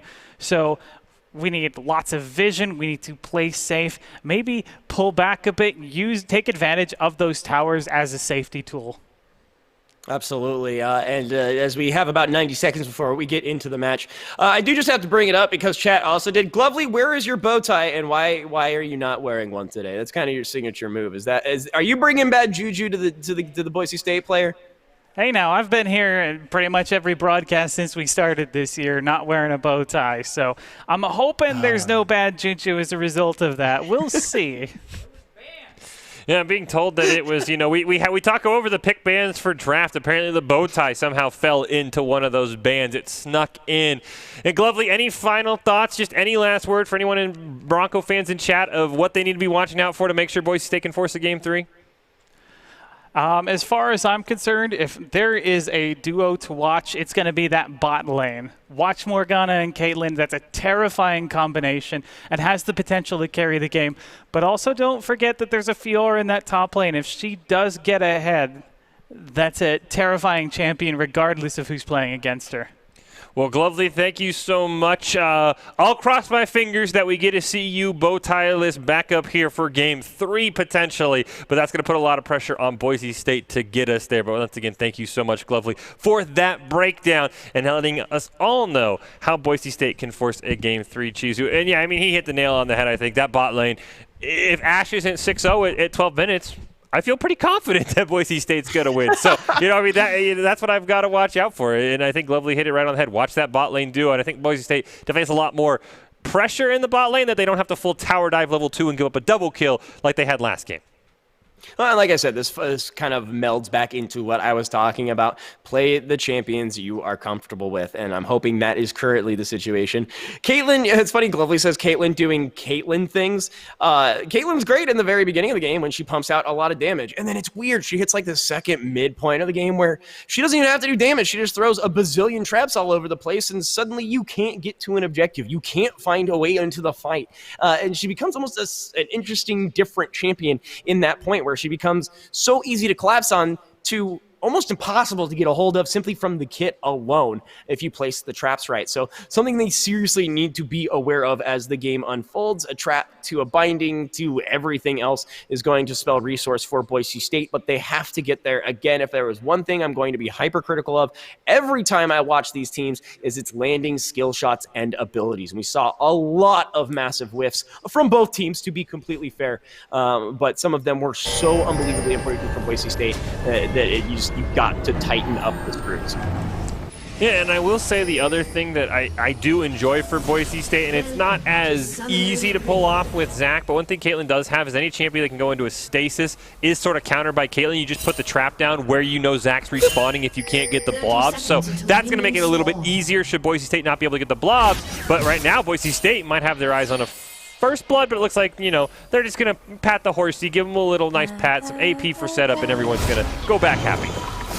Oh, no, dude. That was the ever-important early stack there for setup, getting a few Veigar AP points there just by looking at Uncle Horsey. But yeah, I wanted to bring up the Zach situation as well. A lot of people just forget those blobs are there. And with the ability to be, burned down with AoE, Tormented Soil is going to be huge, as well as those traps that we were just highlighting. Any kind of AoE, continue it with the Veigar setup. I do like what Boise State has to offer, but again, just the lack of anything that can be hit in the face and survive makes me super nervous.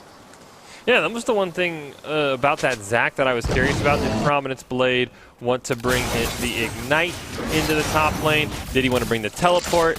How soon does he want to maybe bring in that Executioner's Calling to slow down those healing passives from Liquid, or unless he's going to plan on stacking on top of them and canceling them out? So curious to see how Prominence Blade sort of handled all that healing going on in the top lane.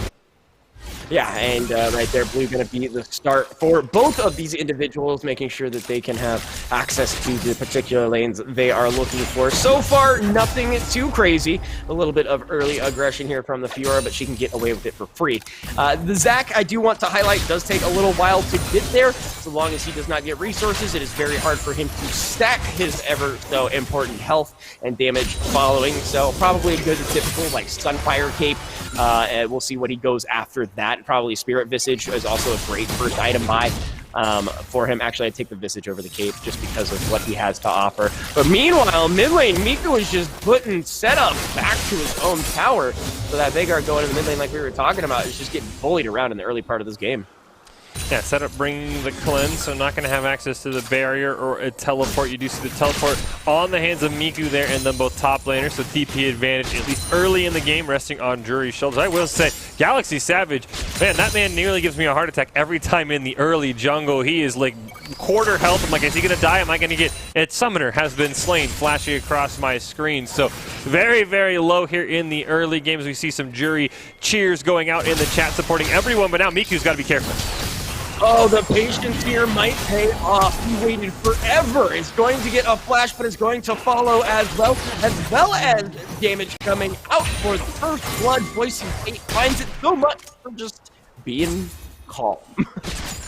And, you know, good job there by Galaxy Savage. I know some Kindreds, they'll say, oh, I'm going to get my mark off. We got a teleport, though, coming in. See if Miku going to get immediately stunned, though. I thought he might be able to run him down with that home guard, but Setup easily predicting that. But good job by Galaxy Savage, not switching his mark over to Miku. He'll take the lack of stack, because then it's obvious. Wait, why is my mark Kindred? Oh, there's probably a Kindred in the bush.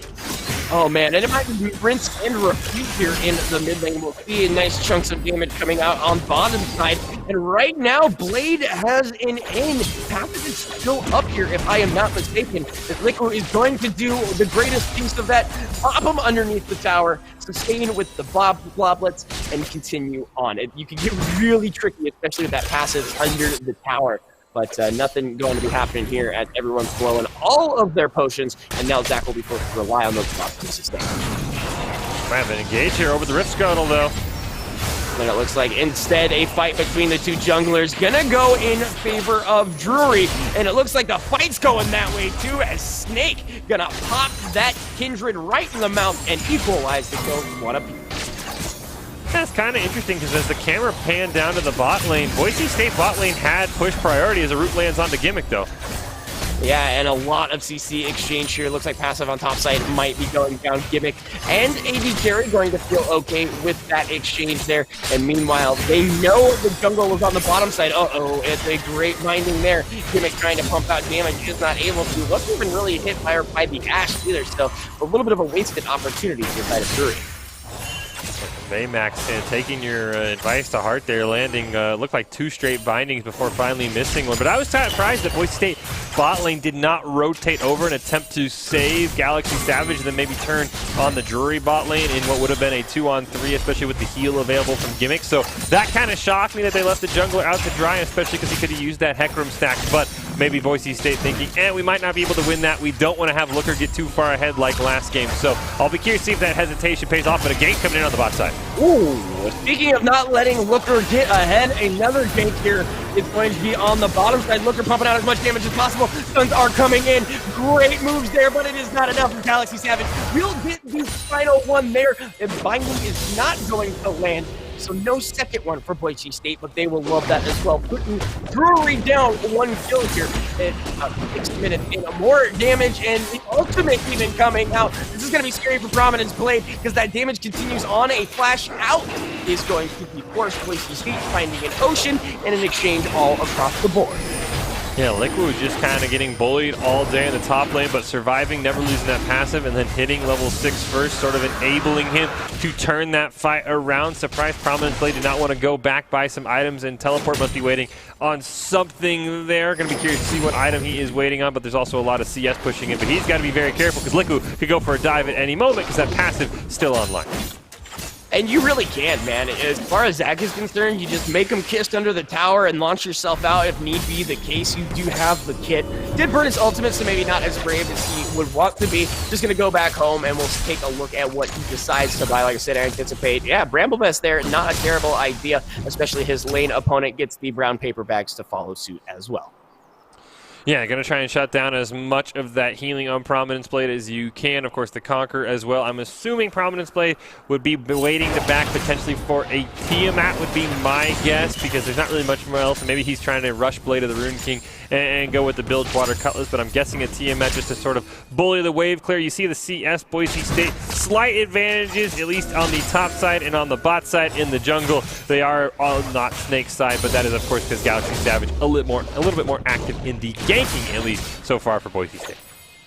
Yeah, and just with 2 Duran's Blades, I mean, Prominence is doing a pretty good job with this lane setup. And again, no real jungle presence to be had for the top side for either of these 2 teams. Again, Boise State's focus is to make sure that Looker does not do exactly what he did last game. They're already well on their way with that. And as far as the rest of the crew is concerned, just doing really well as far as their lanes are concerned. CS is pretty much even, if not ahead in some instances. The only real difference is the jungle, but that can be made up in the kill difference alone. Look at the Vamp Scepter, Longsword, another healing pot, and a Control Ward going to be the pickup there for Prominence Blade. So going to try and heal as much as he can. Of course, the Bramble Vest going to slow that healing down just a tiny bit there. Does look like the Cinder Hulk, the item of choice for Snake on that Hecarim, going to be a little bit of a tanky horse. Something we'll see the full lethality that we saw last night from Aqua. Meanwhile, in the bot lane, actually reversed from last game. We see the BF Sword on Gimmick versus the Zerker Greaves and a Doran's for Looker. So Boise State should be very favored in a lot of these trades just thanks to that AD advantage. Oh, Black Shield is out, so they need to be very, very careful here. Binding's not even going to come close, so never mind. Here comes the E50 caliber net out. So a lot of abilities expended, not a whole lot of damage traded, however, on the bottom side. It was a little spicy, though, for a quick second. Should have got real spicy there, real fast. And I honestly don't hate Boise State sort of baiting out a binding and making Drury engage because I just think that AD difference between a BF Sword and a Doran should be more than enough for Boise State to win any trade as long as they're even-ish in health. So I don't hate getting hit by a binding. You obviously want to dodge the arrow. So if the arrow goes on cooldown, I don't hate Gimmick just saying, hey, I'm going to get hit, then let's immediately burn down Looker. I don't think that's a bad strat for Boise State, but it is a very risky one because if it goes awry, that's 2-1 on that Ashe, and we're back where we were in Game 1. Absolutely. No amount of CS lead is really going to help that situation. Binding is not going to land from carry. More reverse aggression here. Spell immune. A great black shield is going to stop the Q. But here comes the horse. Of course, a enchanted arrow not going to land. The ultimate is in. Gimmick is taking so much damage. Burned down by Snake. And Looker is still alive. The laser is through. AD carry is volleyed. And all Looker needs to do is look at him the wrong way. Picks up another one there. And that is going to be a solid movement there from Drury. Yeah, that would be the other downside in debating a fight is if the Hecarim's there, he's a kind of jungler who, even if you see him on a ward, which it doesn't look like Boise State had down, you're not going to be able to disengage as quickly as he's going to chase you down with the Ghost. Does look like so. In the meanwhile, Rift Herald was picked up by Galaxy Savage, should be able to drop this one anywhere he wants, get some extra plays for Boise State, maybe go a long way to securing first tower and grabbing back that gold lead that is now slightly drifted over to the side of Drury. Absolutely, and again, just another instance of Boise State unfortunately being too far up. A nice shockwave there is going to find setup and stop the aggression there for a quick second, but Boise State finds a leg to move up on, and they just unfortunately kneecap themselves. You know, everything that they had earned on that bottom side is all for naught now. You see the Chalice picked up there, so now this Lux is going to be able to pump out more abilities as fast as possible. BF Sword picked up, so there's the lead there. And now it's pretty even keel as far as bot fight is concerned, despite the CS difference. Yeah, now Locke's going to go in on setup. Bye-bye. You can't cast anything other than that. That's what it was. I'm sorry. Yeah, I mean, there's a charging Hecarim in. You're at a quarter life, and he's Hecarim. I mean, I really don't know, you know. I couldn't stop fast enough for you to be able to get that one in. But yeah, and then we talked about it. We saw this yesterday. I mean, the horse can be scary. I mean, this is a tankier version. He's 3-0-1. He just finished the Cinderhulk, but it's going to be a scary horse. And, oh, by the way, yesterday it had a kitty cat on it. Today, it's going to have a mechanical ball on it. And that's not what Boise State wants to see later in the game. It's like a mechanical bull, but it's a mechanical ball, like a horse. Never mind. Anyways, that said, he's only going to get stronger as this game goes on, exactly like you were talking about. And he's going to be given even more opportunities, whether it's the shielding or the setup from the rest of his team. Great, you're locked into place for the Lux. And a critical arrow. Let's see what happens. 80 carry as well as Galaxy. Great binding there coming out from Baymax. Is able to stop Boise State's aggression there. Setup is found out here. Burns the Cage, but not going to find anyone. It looks like Drury setting up here for this Air Drake. Yeah, Boise State already leading 1-0 in Drakes. Wouldn't be shocked if Galaxy Savage just drops the Rift Herald as sort of a distractor. Maybe going to pick up some plates. No one might be in range, but at least might force a back from the side of Drury. But this is going to be a very scary Dragon, not Snake, by the way, a level up. So Smite would go to him, but Kindred, of course, can keep everything alive with the ultimate.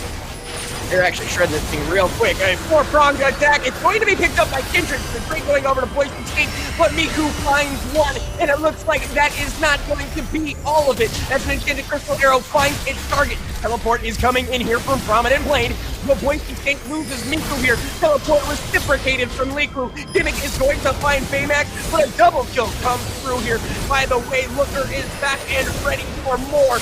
Zach is pushing out as much damage as he can. They will end up finding, I thought it for sure, one more of Boise State, but they will take everything in the kitchen sink, only missing out on the Drake, and now they're going to find even more current. And a tower dive here as well. And that is the beauty that is that. Barely takes any damage there. Gimmick has a great Q there, but it's still not enough. Galaxy is coming in from the north side, but I believe Drury should be out of here with relative ease. Gonna burn the honey plants. Nope, never mind. We're just gonna walk away. Looks like that is going to be that for that extended fight. Yeah, Galaxy Savage didn't have flash up there. I thought there was a potential world where he goes over the wall and then immediately gets caught and goes down. Snake gonna drop very low. Should have enough healing with the Hecarim there to at least finish off that blue buff. But yeah, that's a very scary horse. Tower aggro played perfectly there on that dive, as you mentioned. Even if Zach goes down, he has the pass. He just regenerates there. And there's the Rift Herald. So Boise State gonna pick up some plates in the mid.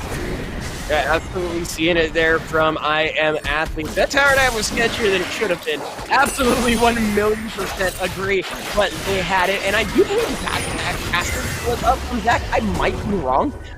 So they could have probably gotten away with just a little bit more if they wanted to. But again, that's the beauty of this champion. And you have, really. You've got multiple champions that can do this. Let the rest of your team kind of follow through. Yeah, I don't think the Zach pass has been popped. He's 2-0, so you know he hasn't died yet, so I'd have to say it's online. I did notice just the Conqueror there, sort of an interesting one. Thought he might go with Grasp or something a bit more tankier, maybe the Aftershock as well. But no, he's like, basically a melee champ, you know? I'm basically like Fiora 2.0. I just don't do as much damage, and we're both going to heal each other just so no one can do anything. So I like this. Yeah, this is sort of the other problem with the Boise State lineup is they don't have any tanks, and now they have to burn through 2 tanks on the side of Drury with the Cinder Hulk, the Hecarim, and then, of course, Zach already has the Bramble Vest now working on the Sunfires. So this could maybe come down to a prominent split push there with Ravenous Hydra, but he's got to be careful because both those tanks converging on him in the top lane. And one of these two does not have a revive passive. Meanwhile, the damage is the flashes and the final gray screen. Hecarim going to take another tower shot, as is the Zach. They are more than okay with that. Get themselves another one there on the top side. Is it just me or is that soft music? You guys hear a choir, like an organ? No, just me? Okay. All right. There's just a 3-0 and 5 Hecarim at about 15 minutes in. You can do the math on that one. Yeah, that's nuts. I don't know how Boise State handles that because you know he's just going to be galloping in probably with the Orianna ball. It's just going to get scarier and scarier. He built a damage setup. Going to put some nice damage on there. He does have the Glacial Augment, so the Hextech GLP Super Soaker, they're going to get some extra slows as well. But yeah, for Boise State, they have to have AD carry land a binding onto that Hecarim. Is now we might have something here in the bot lane. Yeah, just a little bit of damage exchanged. Wow, what a headshot there from Gimmick. Was there a health bar? At least a little bit left of it, about 300. And that was away from the tower, at least a sign of life from Boise State. Yeah, you've got the IE finish there on Gimmick, so that AD advantage holding there. He did pick up a double kill in that Dragon fight for Boise State, so he is that one member who can at least sort of feel ahead in his lane. I will say, as we see a flash here from Galaxy Savage, he wants to get a kill. What? He's going to burn the ultimate there, as well as the flash. He got it there, but now you are pushed under tower. The invincibility is going to come out, but it will only last for so long. Actually, here comes the Vagar. What a great enchanted crystal arrow. It is bullseye, and instead, Setup is going to be able to bring down the horse. Now it's support versus 2, and it looks to be in favor of Boise State. This fight looks so good from Drury, and now it continues to do so. Zach is here, launch is in, and the fight has been turned Will Smith Fresh Prince upside down as Looker fights another one there. Yeah, Boise State at least gonna, lick their wounds during that. They're gonna grab a bot tower there. Prominence Blade should be able to quite easily grab the top tower there. So Boise State going to go not only first turret, but now up 2-0 in terms of turrets. So they'll take that trade because you can see the kills actually 12-6. Boise State favored now just by 100 gold in the gold lead. So those turrets definitely helping out there. So Boise State staying even. Probably would have liked to see Gimmick rotate over to that fight as opposed to getting the tower, but the extra gold from first turret, I guess, maybe justifies why he did not end up in that fight. Yeah, and it looks like Drury gonna find their first Drake of the game. Definitely okay for Boise State. They would have loved to have had Drake points, but not gonna find it this time around. Clearing out the vision, and we'll see if they can get themselves a pick here. It's one of those situations again with how many individuals. Watch to see if Zach is looking. Yeah, he's gonna just jump over, deny the vision, and get himself out. Yeah, Mountain Drink once again going to be our soul, something that both teams probably not super ecstatic about. I'm sure Drury would just love to just be so tanky that Boise State can't do anything if they do get 4 of these and the soul. And looks like for a moment there, Liquid wanted to go in, Gimmick and a dodge that, put out some chip damage. Yeah, and Black Shield is out, which is almost the more important part of that. Binding is going to land. Shield was up, though, and it looks like Gimmick able to get in a little bit of a pot shot there, but not a whole lot of damage expended, but a great catch nonetheless. Yeah, we do see the Essence Weaver finished there by Ash, so both AD carries sitting on 1. Nice pickup of the Rift Herald, the second of the game for Boise State. And Liquid now might be diving in. We'll see if he bit off more than he can chew. Yeah, he just wanted to say hello, see how much damage he does. The answer is quite a bit, but there are 2 other individuals there, so he doesn't want to fight off too much more than that. He'll even pick up these really easy-to-gather Krugs here for himself. Yeah, that was the mark for Galaxy Savage, so I'm guessing that's what he was trying to contest there. Didn't quite see if Galaxy Savage was able to get the mark on that before it was taken out. He hadn't gotten the other one earlier. It was over on the Gromp, so definitely something that goes a long way into denying a Kindred, because the more marks you can deny, the less powerful she's going to be, as right now the top laner's duking it out here. Looks like he was able to parry out the kiss, if you will. Something I did not know you could necessarily do, but great move nonetheless. Just a little hey, how are you between the top laners, and Prominence is going to head on back to base, buy some more stuff, and continue on with their day. Yeah, I am sort of surprised Prominence Blade has not picked up an Executioner's Calling as he finishes his Merc Treads there, just to try and slow down some of the healing that Liquid can do, try and make that a matchup where he can maybe get a pick. You do see Hecarim now has all the components for his Triforce, so less than 400 gold away. I'm sure he can pick it up anytime he back. Black Cleaver now finished there for Galaxy Savage as well. You could see Setup probably working on his Spooky Ghost. Luden's Echo finished in the mid lane there for Miku. And as we mentioned, both AD carries finished with their first item, a ton of daggers on the side of Ashe, and a second BF sword, and a Karishi's picked up for good. I could be wrong, but isn't Trinity like 33 gold if you have all 3 pieces? Or am I wrong? It might be 333. I think it's 333. They Okay. did buff it from I was like, 30. how do you not have enough to get the final piece? Wow, what a great ultimate there. And Galaxy forced to burn his own. He's out. He's putting as much damage as he can, but Miku is going to make him pay. Meanwhile, in the mid lane, 80 carry is going to find Hecarim. Setup falls as well. A 2-for-1. I'm sorry, 2-for-2 as far as this is concerned. It looks like Liquid is going to jump in, and the rest of the team is going to peel on back. They are going to take that exchange there. Meanwhile, Prominence finds himself a second tower in the top. Yeah, and this is sort of what I had felt that the Boise State win condition might become with all of these tanks. Zach not going to have the easiest time even with the Sunfire Cape matching the push of a Ravenous Hydra Fiora. So I do like Prominence Blade sort of saying, hey guys, if there's a major objective, I can show up. But for right now, you guys just keep fighting. You take those 2-for-2 trades in a 4-on-5. I'm going to pick up a top tower. Maybe that might be super minions here in a couple of minutes. But I definitely like how Boise State has accepted this. Hey, Prominence Blade didn't win the lane like we hoped, but he's far enough ahead where no one can really answer him in a 1v1. So let's push that to our advantage and have him just sort of split push wherever he wants. Yeah, while it's not the most exciting way to win a game, it is one of the more effective ones as far as split push is concerned. Just rack up as much resource as you can, not only for you, but for your team, making sure that they can focus just simply on themselves. The only reason I don't like it is I prefer the 5-on-5. Make sure we're as even strength as you can get. I don't like dying while somebody's, somewhere else. That's number one of those, or number one in my list of pet peeves. For fighting Baron and you're split pushing, like I'm probably pretty upset with you, you know what I mean? So while they are able to gather those resources, it's kind of like putting a band-aid over something that needs full-fledged futures. But Providence Blade going to be jumping in here on Miku. Shockwave is going to land, but not going to relent. Teleport is coming in, so Providence Blade is going to be forced out. And here comes the cavalry, literally at this point. Providence Blade is found out of position. The ultimate coming in, and Snick is going to find that one with the help of his friend. Yeah, and that's the one thing with split pushing is now that they've sent 4 members bot side, how do you capitalize on it? That would have had to have been a Baron call for Boise State. It's probably too early. Galaxy Savage, though, he might be in trouble.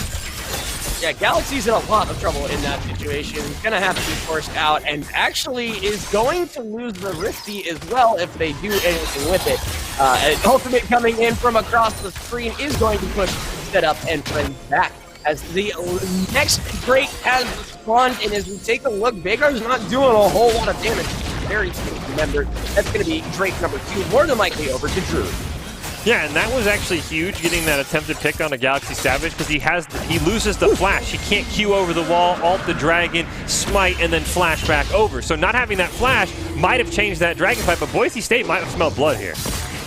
Yeah, and the shield is going to come out. They're letting this Fiora just go ham. 50, or the Ace of the Hole coming through. The net is there. They are going to find Baymax the support, so I guess they are going to be okay with that. Should give them some objective priority as well. Allow them to knock down this mid lane turret and continue with their pressures in lane. Yeah, it does look like they've assigned Prominence Blade down to the bot side, so maybe next time there's a 5-man dive, but Gimmick's gotta be careful. Yeah, that's a word for it. Is careful, as it looks like Zach is not going to give up here. He is pretty darn tanky and has an opportunity here. Maybe not even have it fast enough, if I'm not mistaken. Yep, Bloodlets are out. Will Drury be able to do anything with it? Nita is coming in, a teleport to save it. Rude dude maneuver saves the pass of the ultimate, now coming out here from Kindred. He was dead, he rises again, and Looker gonna pick up one there, as Zach is able to give over a double kill. Orianna finding the ace. Here's Diary, today we were gifted a free Baron.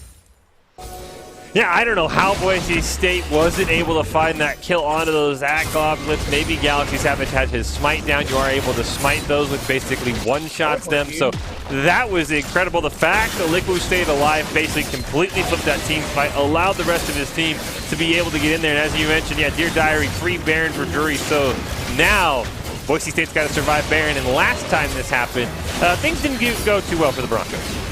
If you want to know what you do when your Zach passive is up, it's sit there and panic ping and hope any one of your allies has themselves a teleport. Your Bloblet is invincible. That's exactly what happened. And then we saw Galaxy jump in, drop another set of invincibility on top of it, and just allowed Zach to come on back into that fight, even picking himself up one and feeding the rest of them over. So, free Baron, like we mentioned. They are going to have the crucial Baron, but actually not able to even get the mid turret. Boise State going to get the first turret of the Baron buff here. Not something you would expect. This is probably going to shut down any attempts at split push from Prominence Blade, just because split pushing into Baron-empowered minions is almost begging to be dove again, as we saw earlier. Do have the Spirit Visage finished up by Zach, going to be even that much harder to kill. Trinity Force now online for Snake. We see the Magi's picked up there by Miku at 9 stacks, so he's got to be someone to work out for. Runon's picked up by Ash as well after all of that. So the spoils of war definitely favor Drury. That gold lead 3.5k, and now they should have really sort of any advantage they want on the map. Oh, by the way, Prominence Blade, all that split pushing, still 2 levels behind Liquid because he's getting all these assists.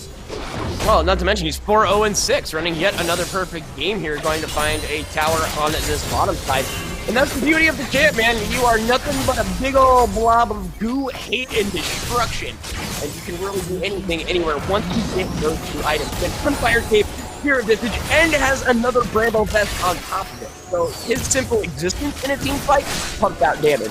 All of his kit pumps out damage. And again, the fact that he has not died just pays dividends to that. And I think that's the first time we've even seen the passive. Yeah, it took Boise State over 20 minutes to get the passive. Prominence Blade still split pushing in the bot lane. He's got to be careful. You can see the pings coming out. You can see the rotation. This is on Boise State to get that information to Prominence Blade and allow him to back. Otherwise, he might be caught out here.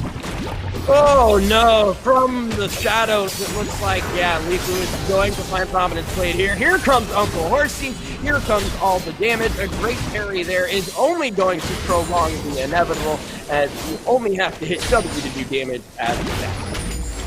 Yeah, and that is, as you talked about, split pushing not always the most exciting way to win. Also one of the hardest ways to win, because when you get caught out like that, it was a 3v4 in mid. Boise State then has to recognize, okay, even though they've got Baron, we've got to go in because we have the man advantage, and Hecarim's not going to be able to get down in time. So that, when you don't do that, your split pushing is just sort of wasted. So unfortunately, Prominence Blade going to have that gray screen, and right now Drury sort of able to do whatever they want. They've got another dragon spawning here in less than a minute, and this might be the time that Galaxy Savage is going to have to go over the wall, ult the dragon, have a smite battle against Snake. They are the same level, and then flash back over, because otherwise this could be Mountain Soul for Drury, and they're just getting tankier and tankier by the minute.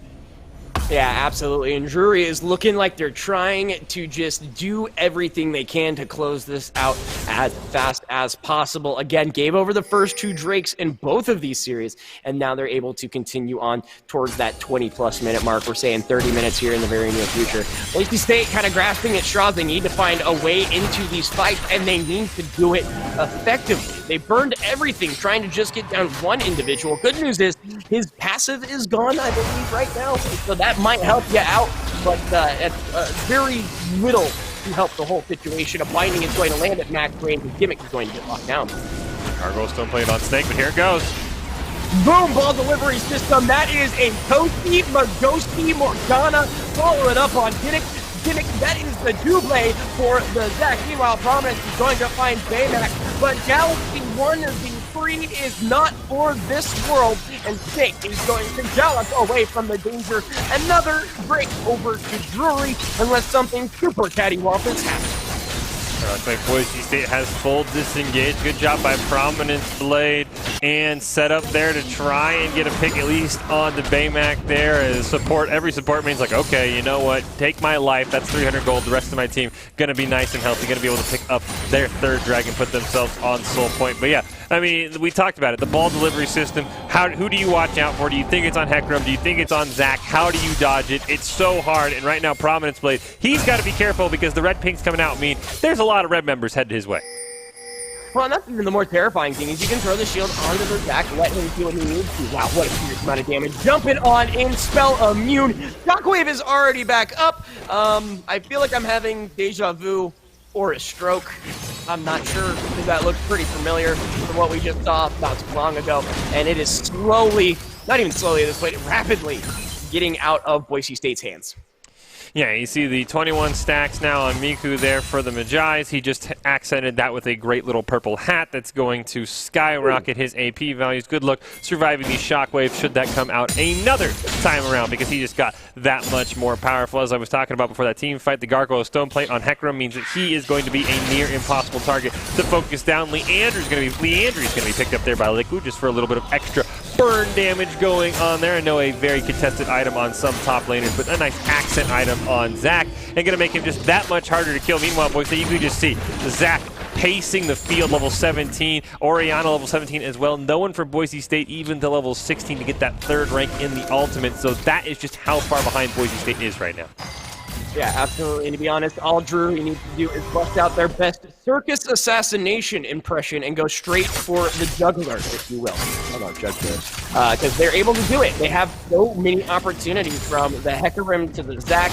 And the great thing about the Orianna Ball is you could throw it in on one individual, put it on the neck, and then burn the ult. Not only are they protected, doing damage on the in and out, as well as the follow-ups ult on top of that to set up the rest of the team fight. Right now, if they get caught in anything, that's about it. Gargoyle Stone Plate picks up. We're going to bait that Baron fight, even take it. Daring Boise State to do.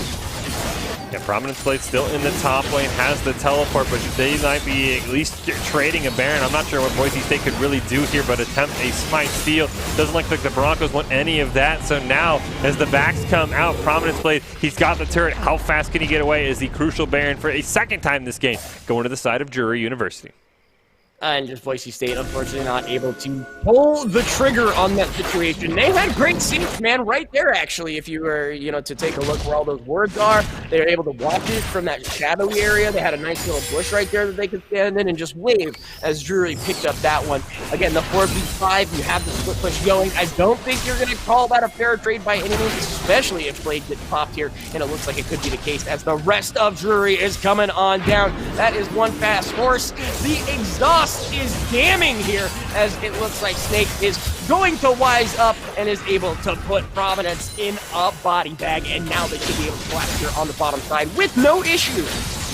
Yeah, I think Boise State just needs to fall back here. This is a game-ending fight if there's an ace for the side of Drury. Boise State just has to surrender the Tier 2 bottom tier. It looks like they are going to accept that sad reality, but even then, this could be a full-on tower dive. And the swap and the dupe, and that's dead Caitlyn. And that's just the whole situation there, as it looks like we are going to have a fight here, but it is not going to do much to give a kill over to the Veigar. Miku finds a response and a second one at that. Drury is knocking on the door and looking to close this out. They still got the crucial Baron buff for a minute 30. They could be looking to end if they really wanted to. I don't know if Boise State has the timers, let alone the material to claw back from this. Yeah, it's a support and a top laner against four members. Almost down to support. Boise State holding on by a thread. It's absolute annihilation. Boise State cannot do anything right now. That is the Nexus turret number 1. Nexus turret number 2. That is going to be the Nexus game, set, match, or whatever we call it in League of Legends land. That is it. Game for Drury University. I told you they're coming out swinging. You didn't believe me, did you? No, unfortunately, we did not, but now we know Chizu Drury University victorious here today. The Broncos' 5-game League of Legends winning streak snapped here by Drury, winning games 1 and game 2, taking this, but really just an incredible back-to-back games from Drury. They didn't really do it on the same champion twice. I thought Boise State handled the ban phase in game 2 incredibly well. They took him off LeBlanc. I guess they allowed the Ashe through. Ashe versus Sivir, you can debate which one you like more, and it really I mean, it looked like instead of Looker dominating, it really felt like it was Hecarim and Snake dominating. He was anywhere he wanted to, ganking whatever lane he wanted to, and it really kind of felt like a run back from game one. Yeah, absolutely. It was just very, very interesting to see the dominating performances. Again, we talked about early game and control. Boise State did that this time. I'm not going to say it was a little bit of aggression and just not understanding where the team was, maybe mentally as well as just the physical point of the map. I felt like there was a lot of just mistimings of things as far as big objectives, rotations, finding wards, and just awareness of what's going on. Again, fool me once, shame on you. Fool me twice, shame on me. Fool me a 5th, 6th, 7th, 8th time, this is definitely on me and my team. And I felt like that was kind of what it was. A lot of rinse and repeat, knowing what worked. And Drury, again, struck for gold, and they found it. Yeah, and I think the only other real issue that I had with Boise State is if you go back to the pick ban, it really felt like the Broncos were sort of banking on, we have first pick. They probably don't want to let us get Caitlyn. Drury's going to ban away Caitlyn. Let's set up Prominence Blade to take over on Camille. Then the Camille got banned away, and it felt like it went into full panic mode. What's the closest thing to Camille? Well, maybe it's Fiora, and then the nice Zac pickup to sort of shut that all down. So that would be my only other issue is it felt like Boise State was full sending. They let Camille through once. I bet you they'll do it again. And Drury said, no, you fool us once. Shame on us. We're not going to let you fool us twice, to go with your analogy you've been having all night, Cheesy. You do see the broadcast schedule for the coming month for Boise State. Tomorrow, Bronco Giving Day. Friday, my favorite series, even though it isn't accompanied by a football game this year. I love that the esports team's still getting on in the Gridiron Rivals against Air Force. And then you can see the rest of the upcoming events. Tons of fun here in front of us, Chizu. Yeah, absolutely, man. And don't forget, you got to do the likes and the follows, as it appears we have some extra goodies for you on the Twitter side of things. If you missed any of the game action, be sure to follow Esports BSU, and they will have highlights as well as past games. You'll know exactly what things are coming your way, and you can also subscribe to the Twitch channel for free with your Amazon Prime subscription. Your subscriptions, from my understanding, fund scholarships.